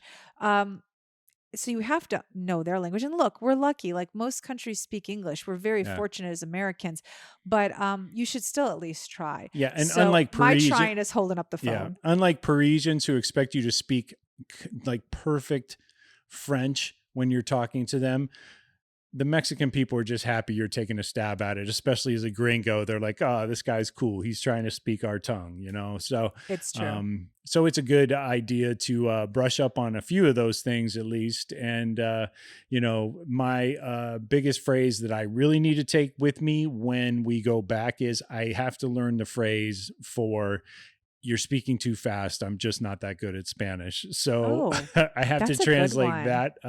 I figured out left, right when we were talking to the cabbie. We got to get into this stuff. So let's, Okay, so let's talk a little bit about like daily life in Mexico City and how, as a tourist, you can get by. So, obviously, you can take the subway. James and I didn't have to do that because, again, we wanted to make the most of our time and not get lost and have to get on a train to turn around. So, we had a tour guide. But you can certainly take cabs. You want to be very careful about taking cabs. And this is what every single person has told us, including our tour guide. You don't just grab a cab as a tourist anywhere in the city. The safest place to catch a cab is at a taxi stand. Now, you will see people, and they're obviously locals, grabbing a cab from the middle of the street. Well, that's not something that we would want to do because we're not locals. We look like tourists. So, the best thing to do is to take a cab from a taxi stand. Most taxi stands have a captain. They speak English. They ask you where you're going to go, and they'll give you a price right there on the spot, and the cab driver doesn't change that price. And you won't be taken off to a part of the city and, shaken down shaken down. and left Exactly. without a wallet. So, because we had Fernando, we really didn't have to worry about a cab at all, except for one time. We went to a museum, and I did text him and say, "Hey, is there a taxi stand? Are you aware near this museum? Like, is it within walking distance?" And I did that before we left. And he said, "Oh, that museum is very popular. We went to the anthropology museum. There'll be a taxi stand right outside." Perfect. So, Can I interject real quick about the anthropology yeah, of museum? course.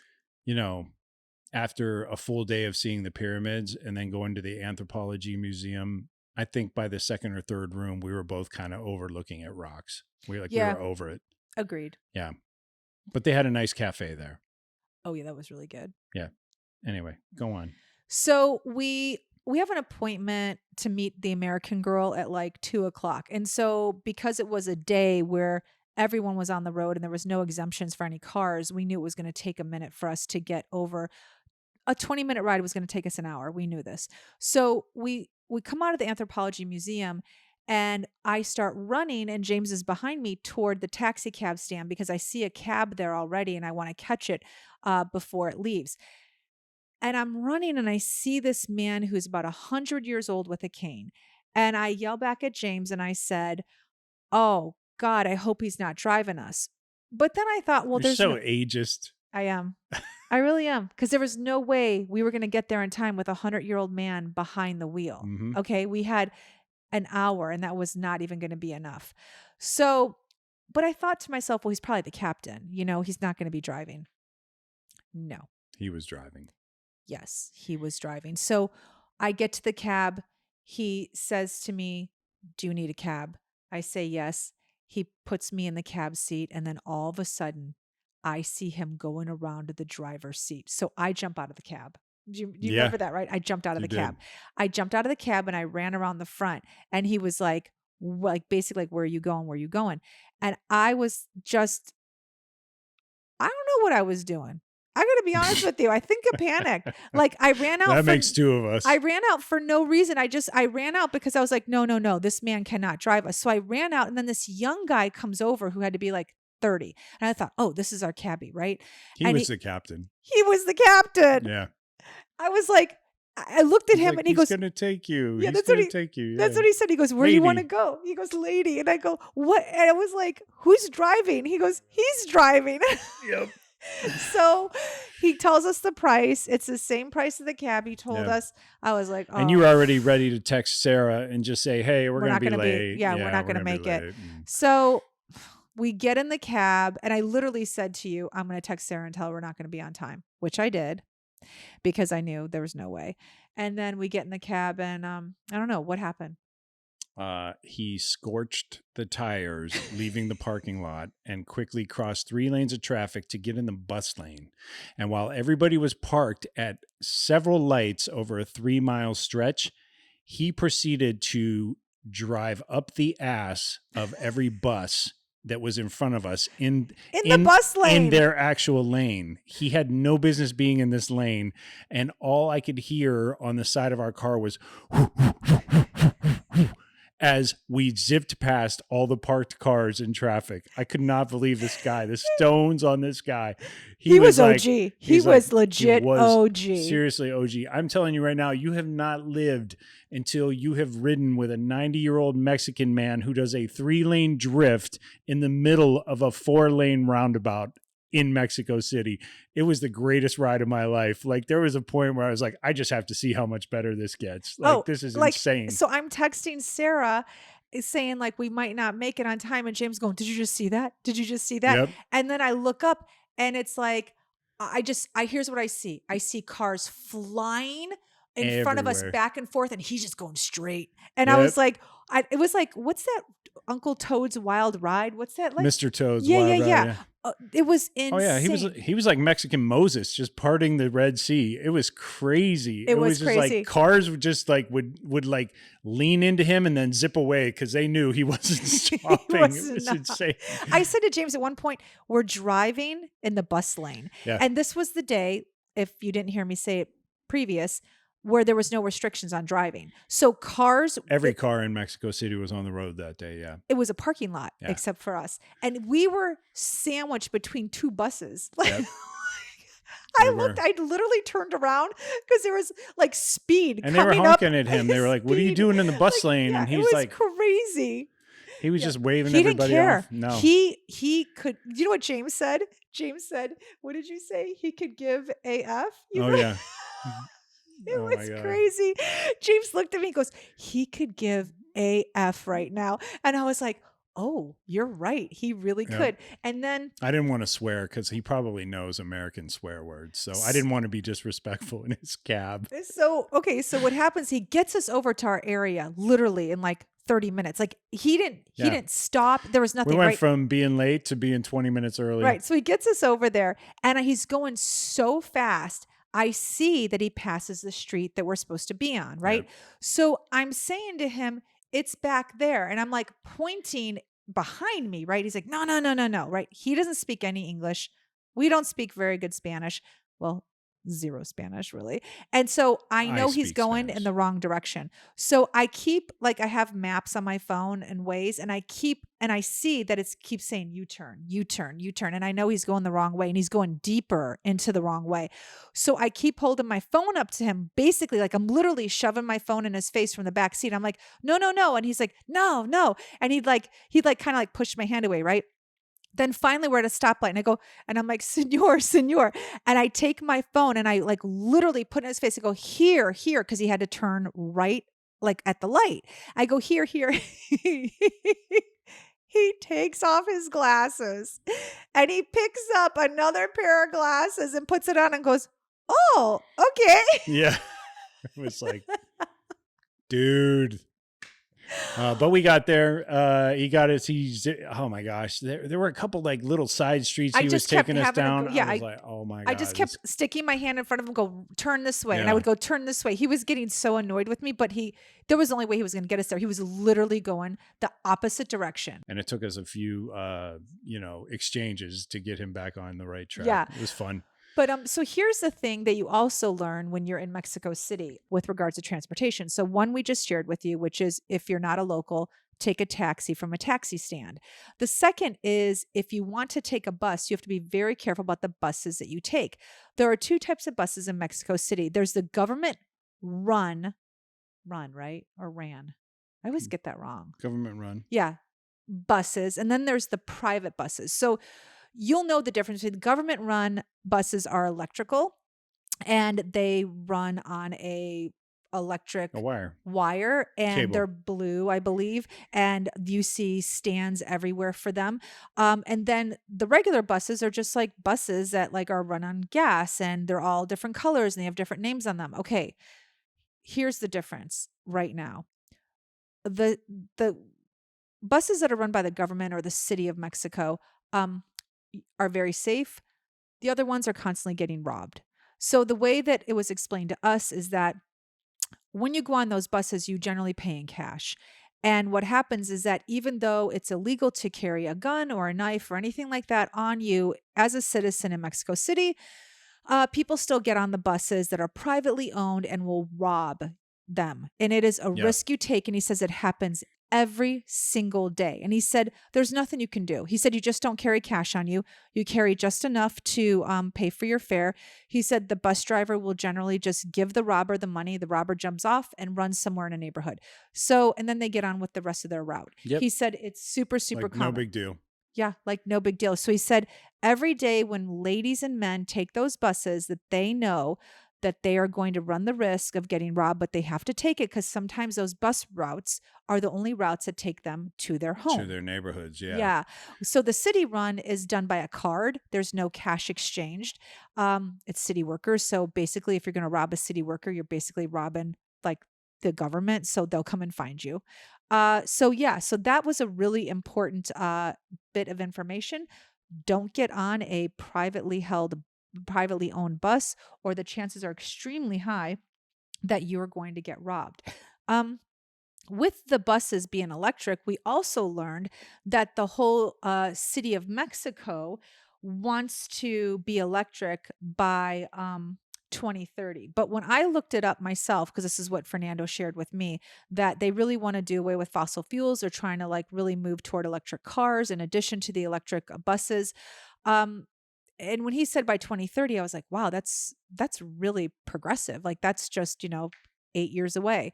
But then when I researched it a little bit, Mexico is really on the track of maybe as a country being fossil fuel free by 50%. And that won't be until, I don't know, like they're saying maybe if they're lucky, like 2040, 2050, and that's only 50%. So, it's encouraging. I mean, to know that another city and another country, not just Mexico City, but the country as a whole is interested in, getting rid of fossil fuels. It's like, okay, like that's nice to hear. Yeah, I mean, I think that's good because looking at the landscape, it was very much like when you could sort of like when we were climbing that hill where all the buses that get robbed take people to those neighborhoods up on the hill. Once we got so far up the mountain, you could turn around and see all the smog Yeah. all over the city. It was very reminiscent of the San Fernando Valley where we lived for 20 plus years. So, yeah, it's a problem. Yeah. It's very much a, It's the first thing people have asked me since I've been back. They're like, "How was the smog?" And I'm like, "Wow, it really does it does come with the territory of Mexico City." It's not, yeah, like nobody asks like, "Oh, how was the food?" They're like, "How was the smog?" So it's yeah. kind of a shame. But we've also had people ask us like, "Oh, how's the crime there and everything?" And naturally, obviously not to kick a dead horse, but we had a tour guide, so we stayed off, the paths that would take us into sort of crime infested areas or what have you. But the thing that's worth mentioning, especially hearkening back to one of our previous episodes about Memphis, is that Mexico City is safer than Detroit. It's safer than Baltimore. It's safer than Memphis and small handful of other American cities. So like it's their largest city. So it's basically their New York, right? Right. The fact that it still ranks lower than a bunch of American cities in terms of crime and everything. All you ever hear when you're going to Mexico is, "Oh, watch out. You're going to get robbed. You're going to get stabbed. Or you're going to, comparatively, there are places in America where you could do worse in terms of safety." And, especially in, the Cabos or the Todos Santos or, Playa del Carmen, you're looking relatively like as a tourist at, generally speaking, a pretty safe area. So now I guess would be a really great time to talk about like kind of like the elephant in the room, which is the cartel. Yeah. So, why don't you start? Well, What did we so learn about it? one of the big anecdotes, or it's not really an anecdote, like one of the big stories still, even though it's a decade old, is the story of the 43 students who were boarding a bus outside of Acapulco in 2012, and they all went missing. It was a huge story in international news. 43 students. I guess, as explained to us, if you're a college student, you could basically get on any bus you want in the local municipality and take it to wherever this bus is going. You could basically board as a college student.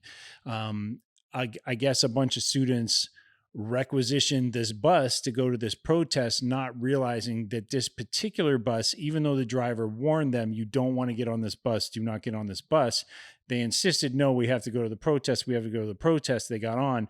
It happened to be a bus that was carrying a lot of drugs or a lot of money for one of the cartels. And when the cartel got news of it, they just naturally assumed it was another cartel that was hijacking this bus, when in fact it was just a bunch of college students looking to go get their protest on somewhere. So, cut to, as our tour guides tell us, and as Oh, it's written in many of the books. people, many of the people in Mexico talk about. I mean, there are like street monuments set up for these students every, I guess, on the anniversary of when the event occurred or whatever. We saw at least 3 of them Yep. walking around Mexico City. Cut to the cartel, who thinks they're being robbed by another cartel, says all hands on deck, and basically calls all of their friends in the military and the police and everything. And naturally, the cops basically killed some of the students, as I'm told, and then realized that they were students, and then basically had to get rid of the evidence by killing the rest of the students. Uh-huh. So, There was one there was survivor. one survivor He played dead. who told the tale. Yeah. And, so, Their bodies are buried somewhere. Nobody knows where their bodies are buried. The parents just want the bodies back, but it's been 10 years. They're never going to Yeah. get it back. They actually, rumor has it, they're buried on military ground, like a military base somewhere.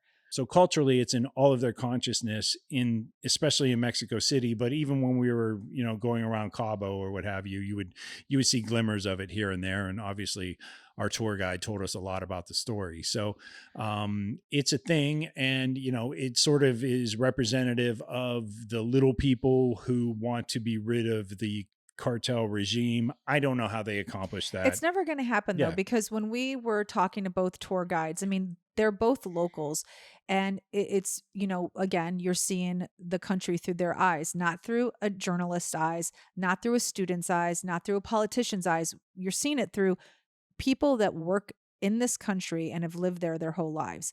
So, you know, the cartel's everywhere. And the best way that we learned about how much they control is during times of recession for them. Like, let's just take a look at COVID. Um, no one went under. Not Yeah. a single business in that entire country went under during COVID. So, who funded that? The cartels.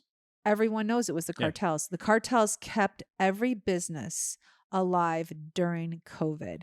So, how are they ever going to go away when they are funding an entire country? We're not talking about funding a politician and paying for his campaign. We're talking about 2 years. And that's just one example, because they had a recession also in 2008, like we did. Yeah. The country was taken care of then too. Yeah. So the one thing is that as tourists, you're kind of oblivious to it. But like, as both tour guides shared with us, it's very, very present. Like, even the American that we spent the afternoon with, she said to me, "Do you feel it?" And I said, "I don't." And she said, "It's here." She said, Yeah. "It's everywhere." Yeah. I mean, I think like coming into it, yeah, it wasn't like we were there with rose-colored glasses. Like we were careful of our surroundings. We knew that we were, especially in the central district downtown, we knew that we were in an area that was predominantly tourists. Let's face it, we as middle agers have, other than sort of being kidnapped and shaken down for money or what have you, there's not a lot we have to offer. I mean, I think if you're a young girl, if you're a group of young girls going there, or young guys who get your party on and one of you gets lost, or you guys are too rowdy at the bar or whatever, you Mhm. run the risk, Of getting definitely. kidnapped. Yeah, or just bad things happen. Ransom. So yeah, for sort of the smallest of reasons. But I don't know. I honestly, I felt like, while we were there, it's like, yeah, you can feel it. You could kind of I like didn't. if I didn't, because I if don't you're think we were paying there long attention though, enough. you kind of see like the resignation on the people's faces. Like there are people there, like as an American, we're always like beating our chest and we're like, you know what, we're going to take the bull by the horns and I'm going to start this new business and and you could just see the resignation on a lot of people's faces there. Like they know their status, like they know their spot in society. You can feel that a little bit. The flip side to that coin is with that acceptance comes a joy where they're just like they're really joyful, happy people. It is You know true. what I It mean? is so true. And Like, so yeah, so many of the people we encountered in Cabo, like, the little guy who made the leather bracelets and stuff, he's just like, tink, tink, tink. I need $30. Can you give me $30 for this? Sure. I'll give you $30 for that. And it was yeah, like, and it's very complex when you're in Mexico City. Sarah said it, and actually you did as well. You said it's enchanting, but something else you said, like Sarah said, it's. She said, I equate it to enchanting and fear. Like it's yeah, complex, it's beautiful and complex. I think that's yeah. what you said. There's And just an she said the same undercurrent of thing. like eerie, like, the evil that men can do. You've seen the Yes. movies. Yes. That is Not all true. of them are exaggerated. Some of them have to come, like, Sicario Mhm. or, Man on Fire or whatever. I mean, I will say, like, it's kind of unfair because I feel like Mexico City, like when you say Mexico City, everybody like boils it down to 3 car chases with Denzel Washington. You know I what I know, mean? It's it's like, true. it's totally unfair to the city of, CDMX. Um, but I will say, you can't see those movies and not find the nuggets of truth in there. That is These true. things do happen. Everybody talks about just how insanely brutal if you crossed a cartel, the things that would happen to you are comparable to things that happen to, like that terrorists use to torture people. You know what I Yeah, mean? and while we were there, we obviously heard stories of people who had opportunities to, you know, work with the cartel, meaning like whatever, cater an event or this or that. And it's like, and they didn't. They Yeah. didn't because They just stay even though it away. was good money, and even though maybe there was a celebrity singer at somebody's birthday party, it wasn't worth it. Yeah. Because if they cater one party, they may have to cater two. Yeah. And then it's just too dangerous. And then all of a sudden they're catering for the cartel. Like Yeah. it's And just, we said, well, how do you know? Like when you get that phone call, like, how do you know who it's for? Oh, I know by the area. Like if they're asking me to yes, go into a certain area, I'm out. I'm not working that job. Yeah. If they I'm ask me. unavailable. I just Yeah, make an excuse. exactly. Yeah. So it's kind of omnipresent. Yeah, for sure. But with that being said, what's so interesting is there are so many Europeans that live there. I mean, there are areas of Mexico City, Condesa, Roma. What was that other Yeah. We one? need to talk about these. So Yeah. let's get So into that. there was Coyoacan. Did I say that right? Coyoacan. You did. So Condesa, Roma, and Coyoacan are all very popular areas where Europeans go. Coyoacan, the Frida Kahlo house is there. But Yeah. We went by the Frida car. I always say it wrong. I know. Kahlo. Yeah. But interestingly enough, as much as we talk about the locals, there are tons of Europeans there. Yeah. Especially, okay. So Condesa is actually It's the a most lot more expensive area. Euros, a lot more Americans, definitely a lot more white folks there. It's like the Roma, Beverly Hills of like it is. Mexico Roma's a City. little more mixed. Yeah, I I think liked it's Roma. Roma's more of like a mid-level suburb where you get like more of a flavor of, the Mexican folks who are a little more upwardly mobile that figured it out, that cracked the code. You're going to get your Americans who make a modest living in America and just decided to move to Roma. They can fit that better. And then I don't know. I mean, Coyoacan though. Coyoacan was cool. So Coyoacan to me looked like one of those arty areas that was up and coming. Like wherever you live, those Yeah. areas where like the artists have moved in. It used to be like Yeah. just like maybe like super basic, but then like all of a sudden a cool cafe opened up, and then a cool bookstore, and then a cool boutique, and then all of a sudden rents are going up. So Coyoacan to me was like a really cool arty area. Yeah. And it was definitely rustic Mexican, all the Yes. surrounding areas. So to spell the name of the city, the town, Coyoacan, Coyoacan. Condesa is Condesa, single, SSA. two S's, two Yep. SAs. Condessa. Roma, Let's Roma. Roma, Roma, and let's not forget our Jewish friends over in Polanco. Oh my gosh. Porlanco. Okay. We went there. That was basically the Beverly Hills. It looked like I of the take city. it back. Yeah. Condesa was not the Beverly Hills. Condesa was like the Santa Monica. Polanco's right next door. Polanco's the I Beverly think it's right Hills. near there. Yeah. Yeah. It was, So, really nice area. And then he showed us pictures we didn't see.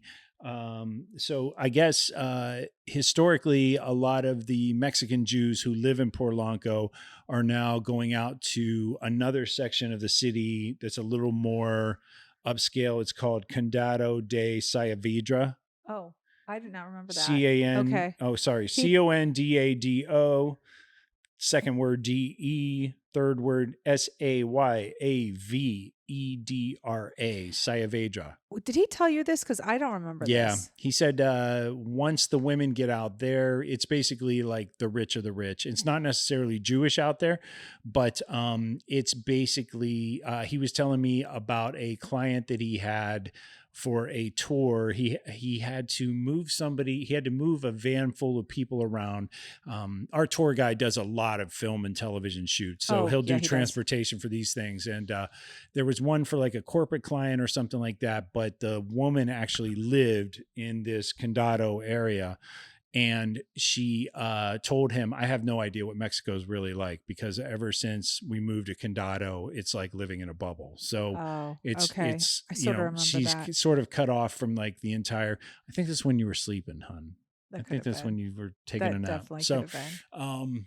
so anyway, that's, those are like the higher end areas. I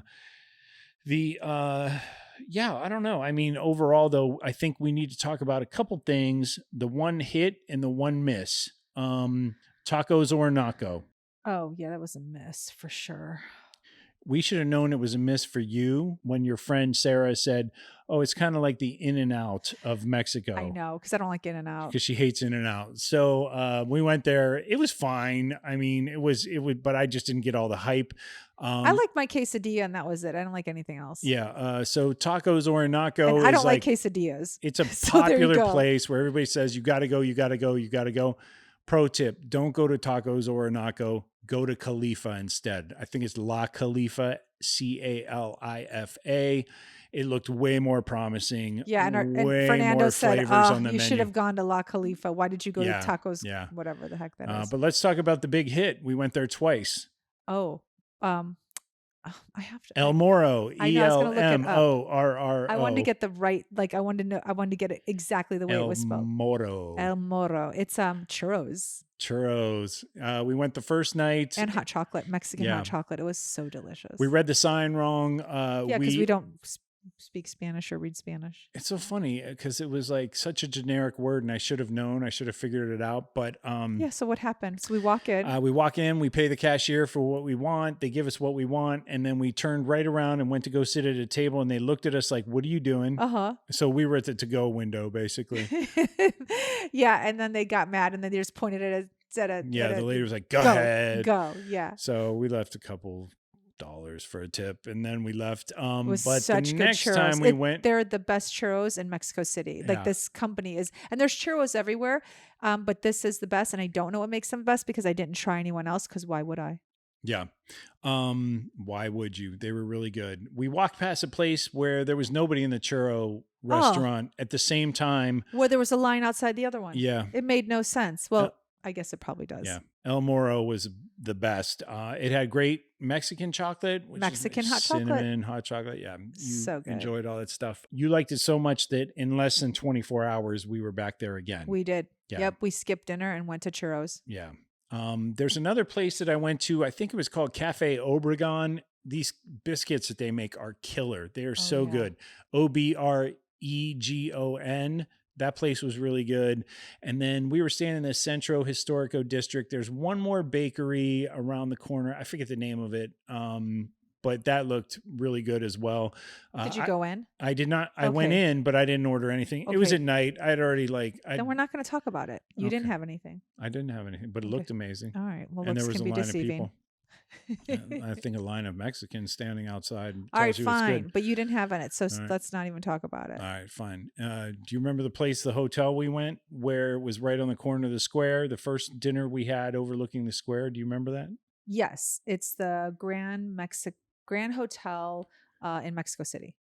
Grand Hotel Ciudad de Mexico. Well, that means City of Mexico. So I know. I said it right. Just you said it like a white lady. I did because I'm white. No getting around that.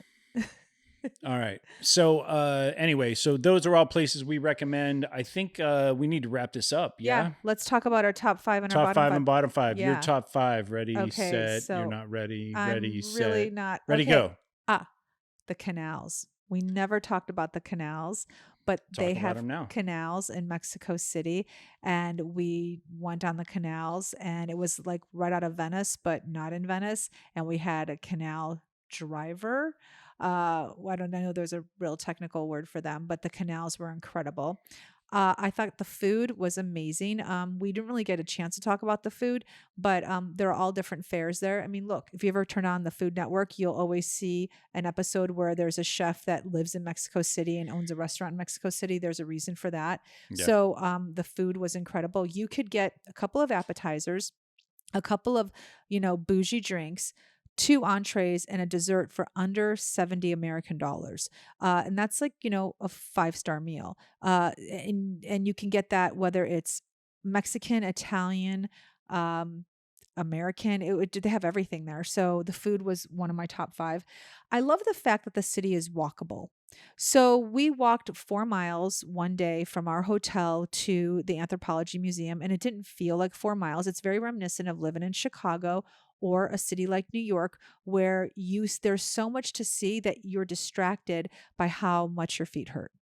Also, I love the fact that it's environmentally conscious. Like wherever you go, there are different trash cans for organic waste or inorganic waste.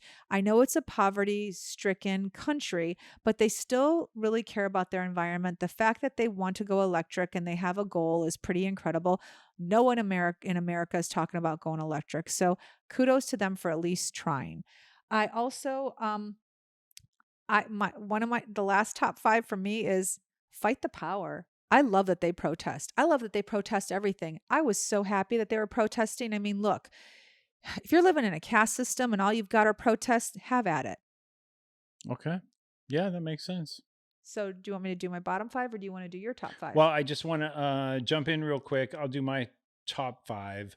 But I want to say the canals you're talking about are called Xochimilco. Xochimilco. We got to ride the Daniela. That was our little boat. So basically, for those of you who have been to Venice, it's a very similar thing. Goes back to Mexico City's built on a lake. So, but there are all these sort of pieces of land that stick out. If you look at the aerial view of Mexico City, you'll see the lake. You'll see all these plots of land that have been built up using tree roots basically and concrete. And now all of a sudden, with a bridge, it's just another section of town. So it's crazy. The Aztecs began this process. They really built out the city. I had no idea it was built on a lake until we got there. But it's funny because when I was on the plane and it was nighttime, I saw all the lights and I was like, why is there so much water in Mexico City? Now I know. Because Mexico City is on water. Yep. So Xochimilco are the canals we went to where you basically board the boats. You have to check out the video that Denise is putting on social media. It's incredible. Of us climbing on and off these boats. There's you so much sail fun. around. A jewelry guy will jump on your boat, try and sell you stuff. Or they'll serenade you. Yeah. There are mariachis that will pull right up next to you and say, please, $5 for a song or whatever. And then all of a sudden you got like 7 people surrounding you on your boat. It was fun. I could have spent all day there. It was your favorite thing. It was. He kept asking me, what was your favorite thing? I'm like, canals. And I didn't even get a chance to talk about it on this podcast because there's so many great things, but that was by far my favorite. Yeah. So anyway, that's an expansion of yours. I'm going to do my top 5 and then we'll get to the bottoms. Okay. Let's hear your top 5. My top 5 are, drum roll. I love that they put little like movable coat racks at the end of every table. It's the stupidest thing ever. But when you're wearing a suit jacket and you don't want to hang it on the back of your chair because it's sweltering at night, I imagine a lot. Actually, the climate is fairly. I thought it was a purse hanger. Yeah, you thought climate, it was a jacket holder. But it can be either. They just move these little like coat hangers in front of your table, and it's no big deal for you to park all your belongings on there. It's brilliant. While you're eating at a restaurant. It's so silly, but I was like, damn, I really dig that. Did you wear a sport coat? I didn't. I did not wear a single. You couldn't even use it. I know I didn't. I needed to I should have. I wasn't even wearing a baseball hat when I was there, so I don't know. Anyway, I love the drivers for that many people. And I can say definitively, we saw only a couple breakdowns. I don't think we saw any fender benders while we were there. Did you see one? I did. You did? Yep. How many? A lot? One. I saw one fender bender. You saw one. Yeah. Now go down the 405 and get to work on a Monday morning. 3. Yeah, exactly. Always. So it's like for that many people with no driver's test. Who didn't take a driver's test. Exactly. It's like, and granted, it's total pandemonium. I mean, it just feels insane while you're driving around. But then at the same time, it's like everybody's making their own rules and nobody wants to hit one another. Go ahead. There are a lot of people letting you in. Just take it from our old man who drove us around. That one day. Yeah. That one day, that 30-minute drive. Yeah. I wrote down airport shoes. Why did I wrote down airport shoes? You don't have to take your shoes off at the airport. Oh yeah, you don't have to take your shoes off at the airport. That's something to be in a top 5. It's just so crazy. Like back in 2001, one idiot decided to try and light his shoes on fire. Now we all have to take our shoes off every single time we go to the airport. You don't have to do that in a lot of other developed nations. I thought it was 1990. I thought it was the. No, it was after 9/11. Oh, okay. Yeah. It was like, it's just one more mechanism of control by the U.S. government, by the TSA, to just 100%. basically Make your life punch difficult. you in the nuts first thing in the morning on your way out of Salt Lake City. Anyway, so I really like that. You made it a top 5. I did. I really You like really not like not taking having my to take shoes your off. shoes off. Yeah. I'm simple. I like the coat hangers and the not taking my shoes off. Todos Santos. That was really one of the highlights of the trip for us. I know it's not part of Mexico City, but it was a great break from the party vibe in Cabo that, I feel like we're probably in agreement. Like we're kind of over Cabo a little bit at this point, Yeah. and ready to just explore like the quote unquote real Mexico. Yeah. Todos Santos was a great town. It was just what the doctor ordered. It is slow if you want it to be slow, but there were certainly plenty of things for us to do as we walked around town. And my last, the history and enthusiasm is my number 5. It seems like for the average Mexican, they sure know a lot about their own history. They know really a lot do. about their own tribes, understanding that a lot of them are from Indian tribes all over Mexico. They just, the sense of culture, the sense of history, their enthusiasm for it. We went into a post office with like 3 or 4 like of those old school elevators, the metal elevators that where you have to hand crank them or Yeah. whatever. And there were like Mexican folks in there with us. Like when we went to Sister of Guadalupe, Yeah. the cathedral, like all these little regional churches Communities, would yeah. send their little pilgrim groups to this church to go worship at this church. They all had big banners up and everything. And that sort of pride. Nationalism, a lot of Yeah. like proud nationalism. It's like as Americans, we have our own version of that. And to see another culture, like if you go to France, you don't get that sense. Oh, that's for sure. Yeah. Yeah. Maybe if you go to England, I don't know. I wouldn't know. I haven't been there yet, to be determined. I think there are places where you can go and you don't get that same level of awareness and pride and history and like Joy. they're engaging and they're Yes. eager to tell you about where they came from or their people, their indigenous They're very sort proud of people. Yeah. Yeah, for sure. And they should be. They're amazing people. They're super friendly and super They are. welcoming. And, that's my top 5. You want to go to bottoms? Yeah, sure. Okay. So my bottom 5 are mostly based on finances. Because I found the people delightful. I found the food amazing. I love the weather. I love Mexico. So most of my bottom 5 is just based on financial issues of the country. So I think the pay scale is terrible. I just don't think anyone should make $4 a day. I think the traffic, again, it's really bad. 22 million people, but what can you do about that? That's a tough one. I think that they don't. I think it's terrible that they don't hire within. James had mentioned that if you're lighter skin colored and you're like Spaniard or you're European, you will get a job over a local who maybe has darker skin or Get who is more experience. and for sure has more experience. You'll still, if you're lighter skin, you will get the job over that other person, even if that other person has more experience. So I think it's terrible that they don't hire within. What goes along with it, the fact that they don't hire within, is that there's no upward mobility. We talked about that. So you can't like work really hard to like one day be vice president of the company. No, it doesn't work that way because the vice president of the company is going to be probably the owner's son. So talk about, what do you call that in America when like the family? Nepotism. There you go. Yeah. So it's like nepotism to the extreme. And then also my bottom 5 obviously is the cartel, just that, they can feel it. I certainly couldn't because I was only there for 4 days, but give me a couple weeks. I bet you I could. But like James said, you can see it on some people's faces. I didn't until he just mentioned it now. Like when he mentioned it, I was like, you know what? You're right. Like obviously there is a sense of like, somebody else is running the show.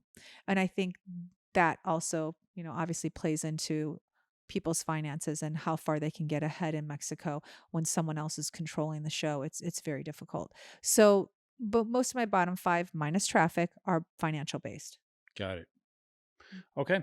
Mine are some of mine overlap with yours. My biggest one was the smog.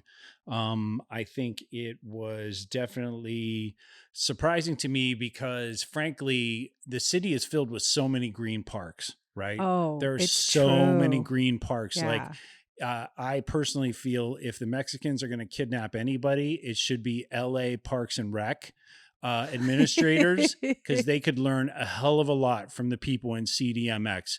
They should kidnap them. They should teach them how to actually pull off a city park, Agreed. because LA is shameful compared to CDMX in this department. Yeah. But zooming out, like I said, and getting above a certain atmosphere or going up the mountain or whatever, you can still see the smog and everything. And whatever efforts they're trying to make, I think every industrialized country could probably make bigger steps.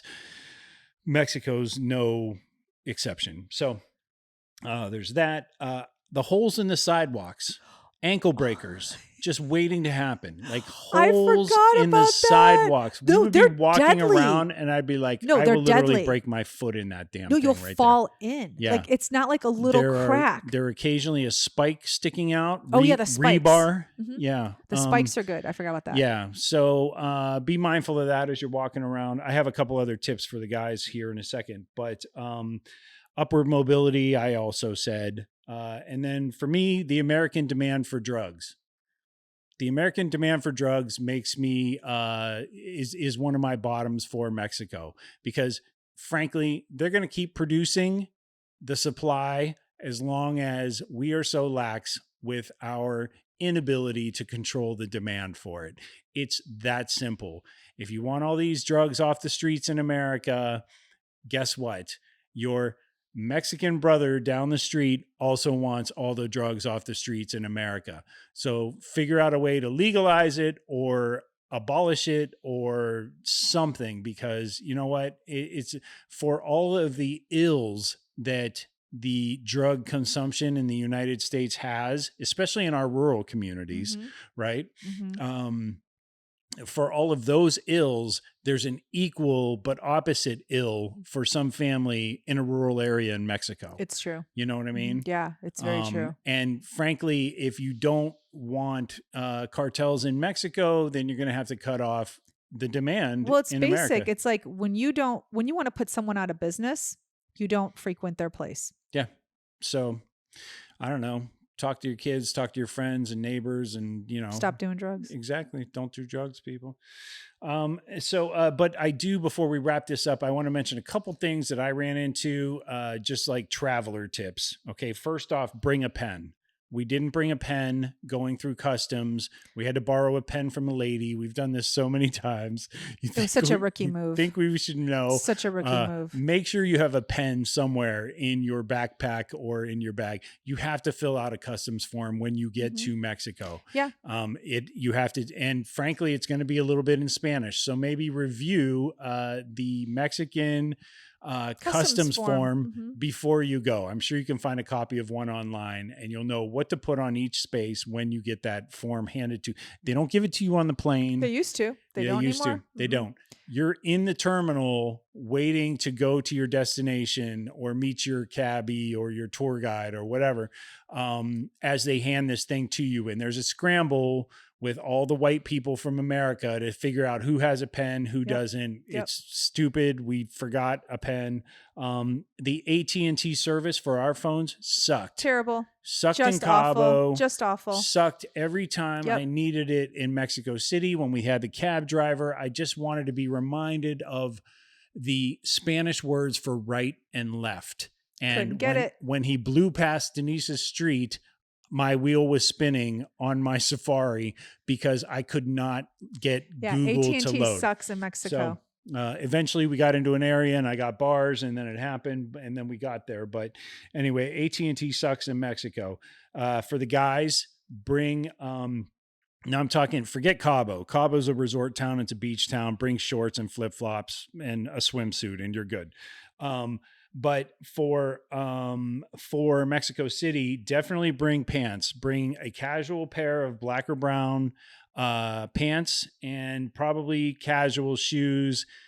It doesn't seem to like we were told by everybody there that the climate is really moderate. So it doesn't seem like it gets too much colder or warmer than it was when we were No, there. it's like 78 all the time. Yeah. So, but if you want to go to a nicer place, bring a jacket of sorts, a dinner jacket. If you want, you can hang it on one of my favorite coat hangers. I would also say, guys, probably no flip flops in CDMX.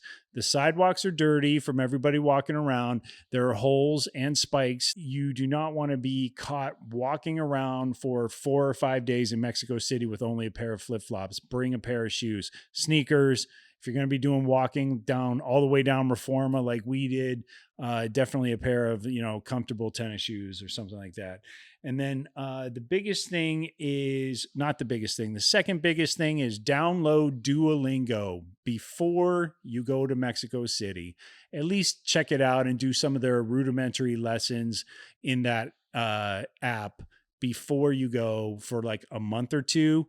Do a couple when you're drinking your coffee, instead of reading ESPN yet again and reloading it, do a quick Spanish lesson. You'll appreciate just knowing the basics. And one other thing I want to add, which, because there's so much to talk about in this episode with Mexico City, go to your local bank and buy pesos before you get to the city. The exchange rate to do it at an ATM or a local currency exchange is quite high. Definitely do not do it in the airport. You will pay $50 to exchange $200, which is literally insanity, highway robbery. So if you can bring pesos and you can easily go to your bank, you request it 3 days before your trip and they'll have it for you. Also, a lot of people tend to pay with credit cards with everything when they're there. Americans do because they say it's so easy. But just remember that your bank is going to charge you an exchange fee every time. So that $70 dinner, they'll add $2 to that dinner. And if you're using your card for everything, that could add up to an extra $100 to $200. So in the past, we've always brought pesos with us or dollars wherever we've gone, and I've never used my credit card. On this particular trip, I just didn't do that. I didn't get to the bank in time, so unfortunately, I had to use my credit card, and I think we probably jacked up $200 in fees, even though it's $2 here and $3 here and 50 cents here. When you do a lot of things and you're using your card for everything, it matters. So don't use your card. Yeah. And definitely don't fall into the trap of thinking, well, I'm using my card, so they're just going to transfer, you'll just translate it for me. Yeah, they're going to do that, but they're going to charge you the fee. So like she said, definitely. It was the bring first pesos. trip ever to Mexico where we used our card ever. We've been to Mexico several times. I've always brought cash or pesos. And I regret that I didn't this time. So it cost us. So just know that. Yep. So I think that's it for Mexico. I think that's it. All right. What do you want to say? Empty nest. Full tank. Thanks for listening to our Mexican episode. Yay. Check the mic and make sure it sound right, boys.